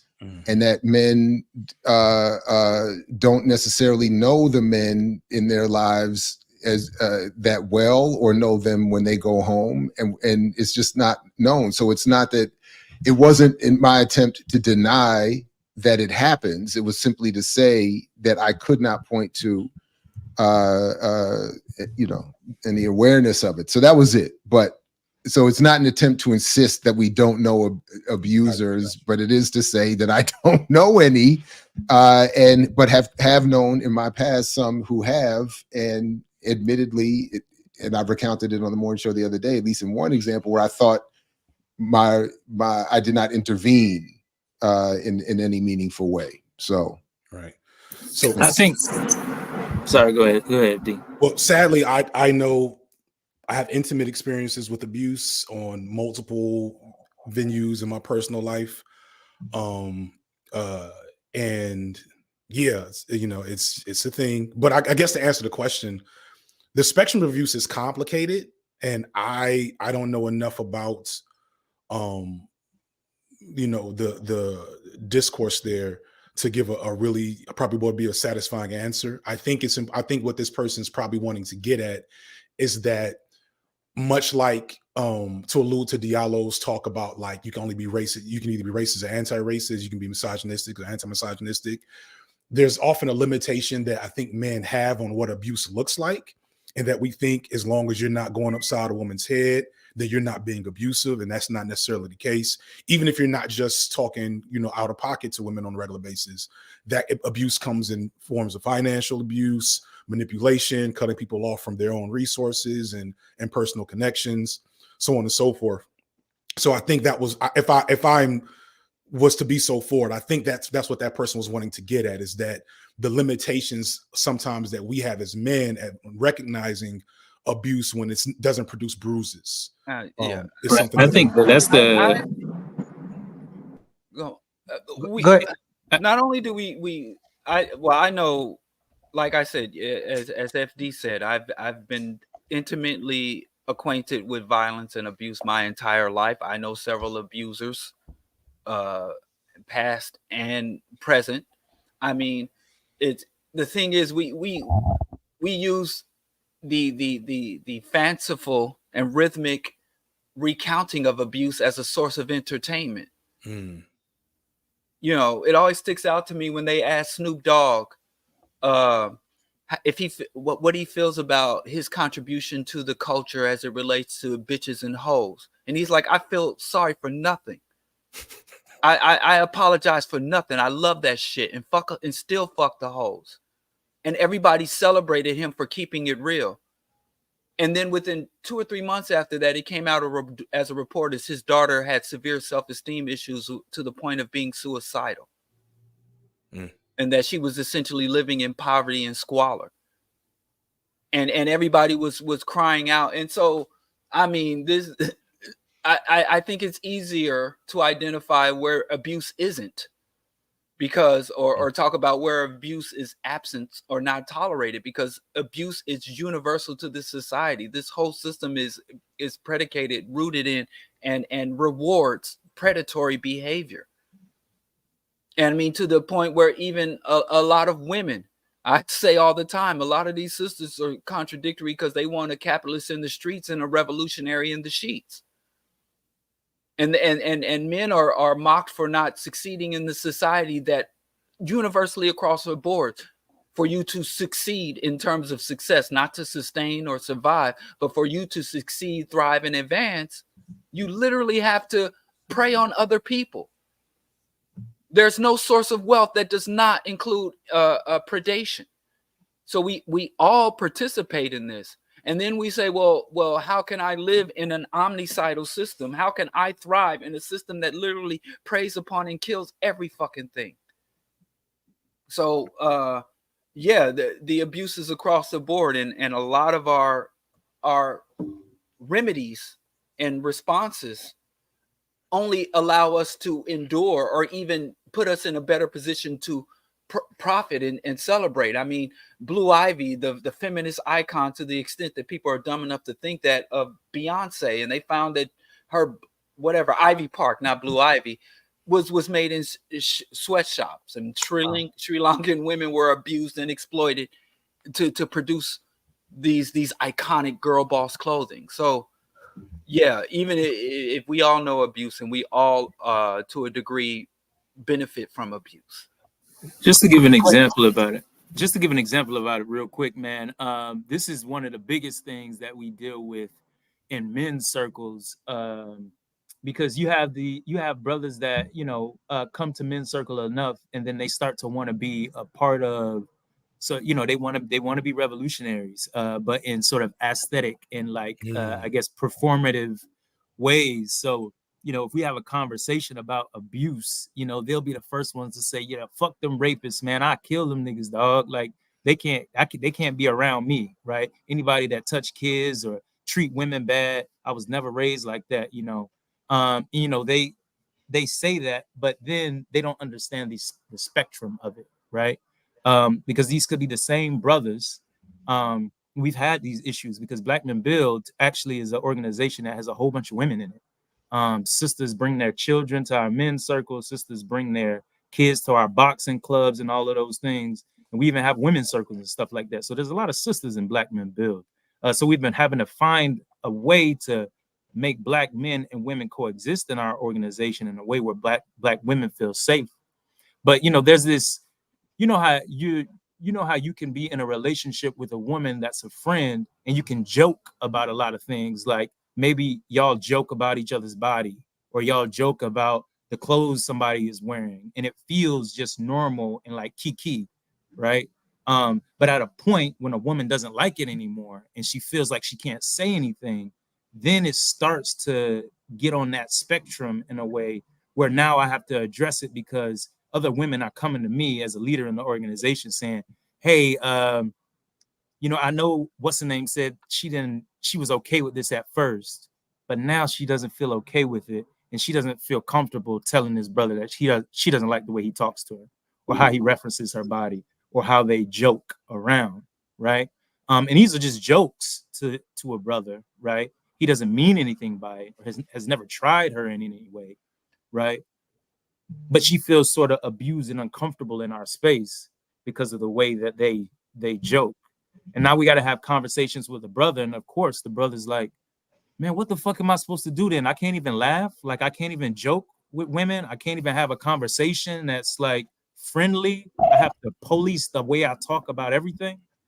And we're always, I think when you're building an organization, you're trying to figure out like, what's the line between keeping people safe and having a jovial and friendly and familial space where people can have a good time together, but also feel safe. But that's what I'm thinking of when I think about this spectrum of abuse, because a lot of brothers that say that they'll be the first one to stand up for women, they're getting called out for these, I guess some people would call microaggressions, or some people would call like smaller things of abuse that people wouldn't consider to be like abusive to women, right? So we deal with the gamut of all of that, right? And if you're running an organization with men and women in it, you got to figure out how to tote that line, right? Well, and that's why you had Derek Jackson featured in the video, right? That was in part why it worked so well to Ace's last book. Go ahead, Diallo. My bad, man. Go ahead. Yeah. I worked in level 1 trauma centers for years. And the two cities that I worked in the trauma were Brooklyn, New York, Kings County Hospital, and Kansas City Truman Medical Center. And overwhelmingly, the victims of violence, of as we understand to be violence, were men. I mean, it was so rare that a woman would come through with the deluge of men. But then if you go to like the psych ward and other wards where they deal with other types of non acute trauma, then women were overrepresented.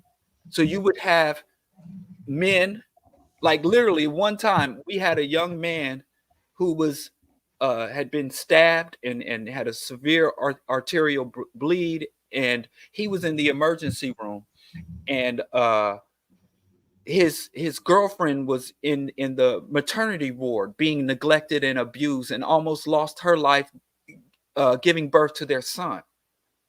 And this thing that no one is spared. So a lot of times if you talk about the abuse of women, brothers will jump up and like, oh, what about us? Or you talk about the abuse of or the abuse of men, they'll like, well, these men out here doing this and that. You talk about Palestine, people want to know about Haiti. So we're literally being hit from all angles, because Black men are like I said, scapegoating Black women. Black women are pretty much asserting that they don't want to carry the burden of the reactionary and misdirected aggression of men.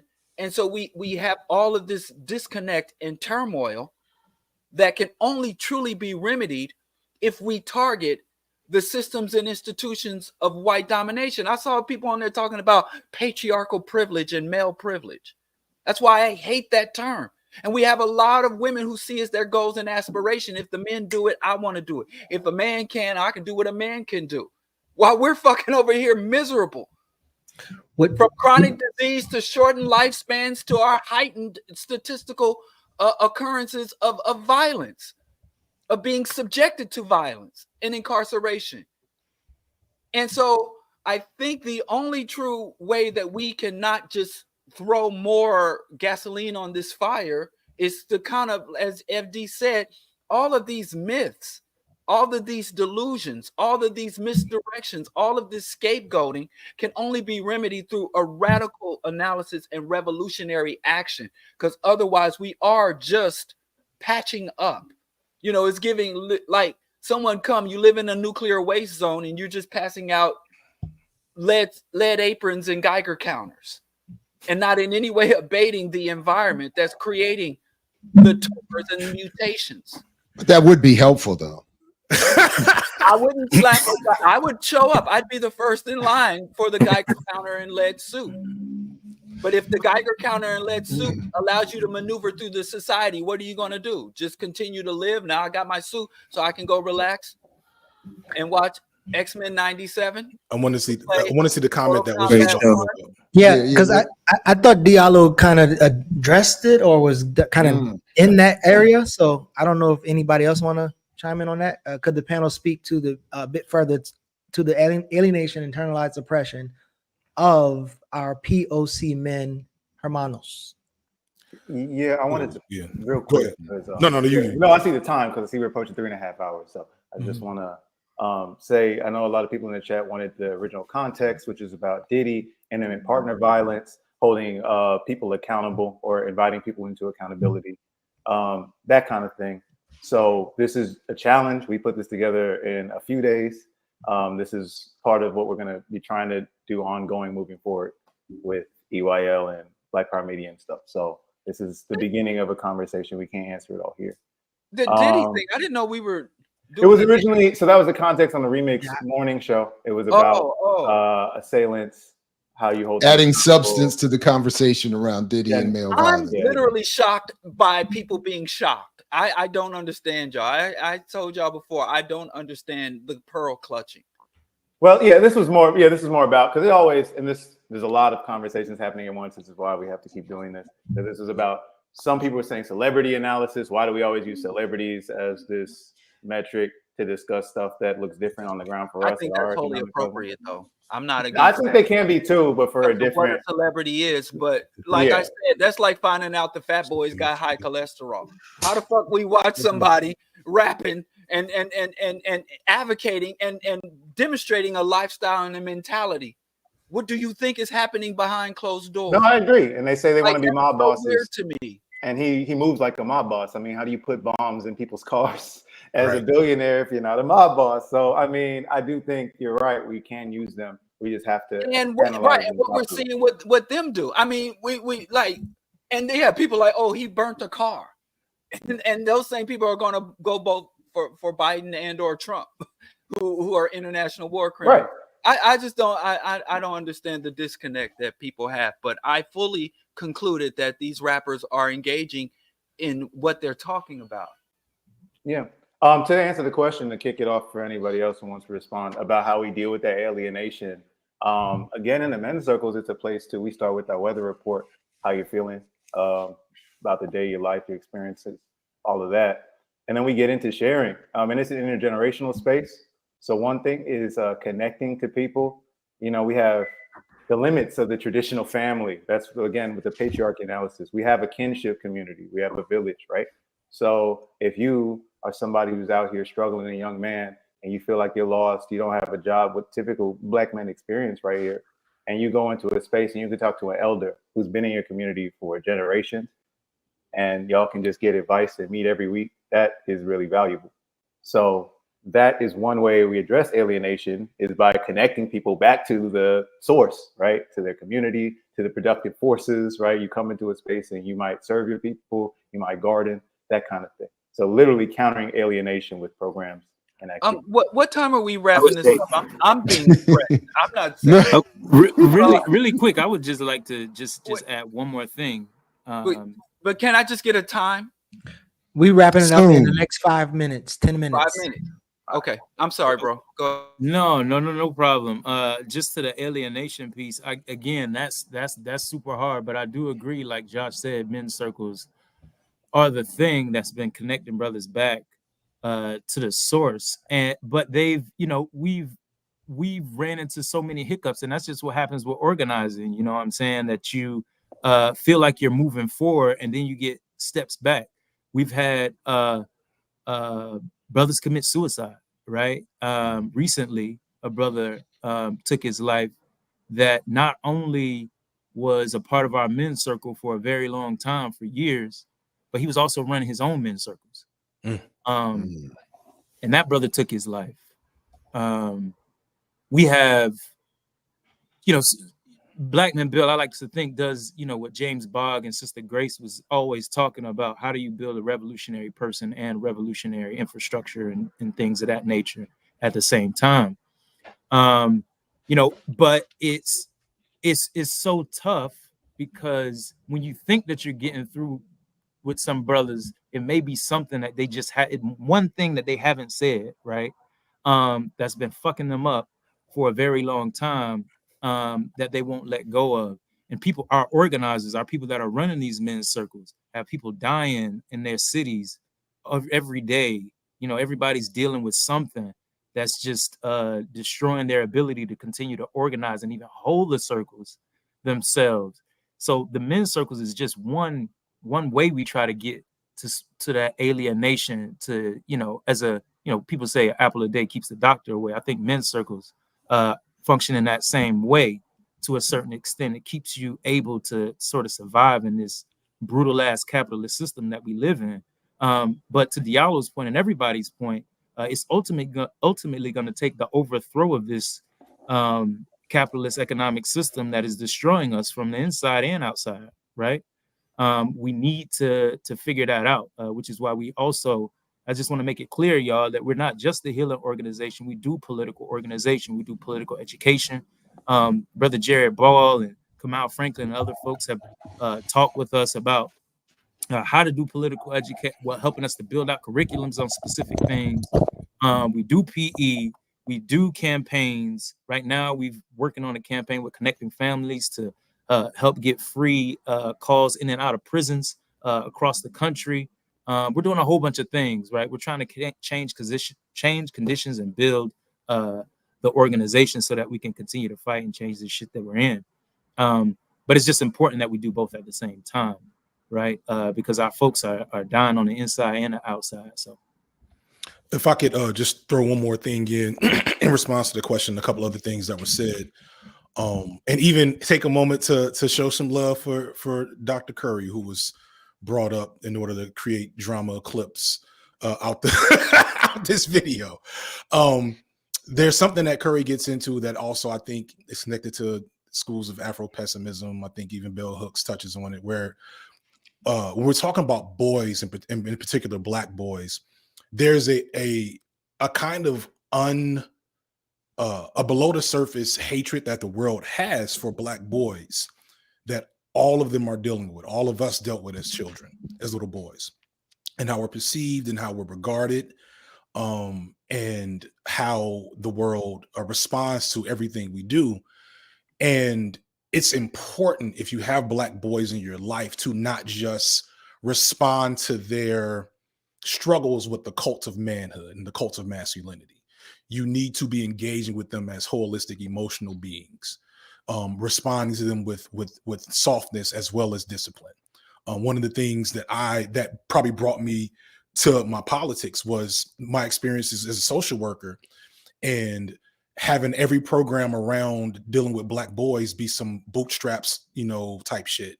We're gonna cut your hair, we're gonna send you to military camp, you're gonna make you do push-ups. You know what I'm saying? Like what do you, like, these boys, these little boys need stillness for a second, and they need someone to treat them like they're not a future soldier. You know what I'm saying? I mean, so much of our rhetoric goes towards that. It's a very comfortable trick bag for us to find ourselves going back into. And so as a you can do this thing, everybody in the chat, if you have little boys in your space, engage with them as holistic emotional beings. No, that's a trap. That's a trap, FD. Go ahead. No, I did that with two sons. I got 2 6'5" boys. I don't have one D1 athlete. They watch anime and read poetry. Don't do so. They may be better off. They gynocentrists. That's what it is. He's talking about D1. You can do both. You can have a no, that's a lie. Don't be lying to people. What's the little retirement plan? Well, you got to pick your battles. Listen, if my son showed more athletic ability, I might adopt that the other ball, the Ball brothers response. No, but what's wild is that given what Diallo just said describing his son, my 5'2", 5'3" currently daughter, she might be the D1 athlete. That's the little 5'2", 5'3" might be on the way. So that's soccer pay for everything too. They pay for everything. Everything. They get way more money than football players.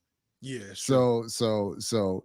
Hey, listen. I just want to concussions in soccer, by the way. Also. Oh no. Oh, first of all, and knee injuries. Girls soccer is far outpaces boys American football in both knee injuries and concussions. So people are people did. It's crazy. All the head the ball is actually really bad. Like they don't allow kids below the age of 13. That's correct. Programs that I'm in to head. No, same here. Because that causes CTE over time. No, that's correct. That's correct. And then there's all kinds of stuff. We can do a whole other thing. It's playing on turf instead of real grass is adding to the knee injuries and all that kind of stuff too. I mean, it's a whole which is all connected to the profit driven. I mean, it's just all a mess. I want to thank just quickly Kim Brown again for putting out the challenge. I want to thank all of you all for so quickly responding to that initial call. And I definitely want to echo what has been said in terms of repeating this more regularly in any number of different formations. I would love it if there was if we could collaborate more, even with the virtual public forms of BYB builds and circles, whatever can be public. I think it would be great if we could collaborate more on that. And obviously there was so much more that we can get to and need to get to. But thanks to everybody on this and to everybody who showed up today. Please don't leave without liking, sharing, considering at least the Patreon and making sure you come back. But I'll let everyone take a whatever other. And I'm not, by the way, I'm not saying we got to conclude. I just saw we're headed that way. So I just want, but if you all want to Jill Scott says it's getting late. Go now, everyone. My time. What Diallo? Before you leave, all right, well, Diallo gotta go. Freestyle. I mean, you hear a freestyle next time. A freestyle. I thought Diallo. Listen, I'm not. I'm coming. Oh, see. Get his ear. Grab his ear. Drag him off. We creating gender wars in his house. Yep. Free my brothers. I'm about to go my own way. Peace, y'all. Peace, Diallo. Peace to Dr. Mingo and the family. Yeah, thank shout you out all to Dr. very Mingo. much. Yeah. So, brothers, maybe close with some where to find you. Yeah, BMB. I think I said BYB. I'm thinking. Yeah, I don't know what that was. I'm man. BYOB. I'm in a bad spot. I'm in a bad spot. My bad. Yeah. Yeah, man. Just follow us on everything. Blackman.build is our website. Blackman Build on Instagram, TikTok, and all of that. Actually, this year we're doing our new mentor. So we'll be holding massive circles, like 150 people in each city, and having political conversations after the circles, having dinner, having all of that stuff. So we're doing a big tour. We're going to a whole bunch of cities across the country. We're going to North Carolina, LA, Milwaukee, Columbus, New York, Atlanta, New Orleans. We're going to a whole bunch of places, and even more. Right over the Mid-Atlantic. Trifling. If we're pulling up in y'all city, please check us out. Check out the new mentor, y'all, because we're everywhere. We're really trying to build up the organization and be able to do what we need to do, y'all. So y'all ain't gonna go to Charleston, man? Charleston, South Carolina? Come on, wait. If they're skipping the DMV, why would they go there? Did you hear all that slander? Right. That was a lot of slander with that. Putting this back down. I was gonna put that up. We ain't got nobody in Charleston right now. What you mean you don't know? All right, man. Go ahead, Josh. Peace. Appreciate the work here on the collective. FD, appreciate your work. as well. You and your wife, because y'all collaborated on that last video and did great. Yeah. Asa covered the Black Men Build stuff. Shout out the Black Collective. Check us out. Our director, Valencia, did this great work, Raising Liberty Square. If you want to see the problems going on in our communities right now, check that out. Also, if you want to pull up on us in Miami, the Freedom Lab _Miami. If you follow us on Instagram, you can see the space that houses a lot of this great work. Thank you. Thank you. Oh, yeah. Also yesterday we had a mass call with Claudia Cruz yesterday. Yeah. So check out our mass call. We had a great conversation with her. We're actually gonna be having a conversation with Cornell West next month, talking about these issues. So that conversation yesterday was real dope, y'all. Check it out. Right on. FD, anything you wanted to say as we wrap up? Nothing special. Videos out. Please go like, share, and subscribe. Tell me what you think. It might have a new thumbnail by the time this hits the streets. Part of the game. Next video is about Drake, but I will definitely sneak in some alienation of hip hop, how capitalism destroyed hip hop in the womb type discourse. If you saw my Kid and Play video, I'm about to hit some of them same points about, as Geechee is pointing out, hip hop's been cooked almost from the beginning. We just didn't realize it until we got to where we are now. Until a Drake happened, actually. It's kind of my argument. Drake, yeah. Other than that, man, and then side channel shit. Side channel shit is always in there, but it's usually a little less complex, a little more, lighthearted, and that's pretty much it. All right, take us out, Jerry. Geechee fellas. Remixers, EYLers, peace if you're willing to fight for it, like Fred Hampton used to say. It's been a great show. Thanks, everybody. We'll catch you next time, next week, right here on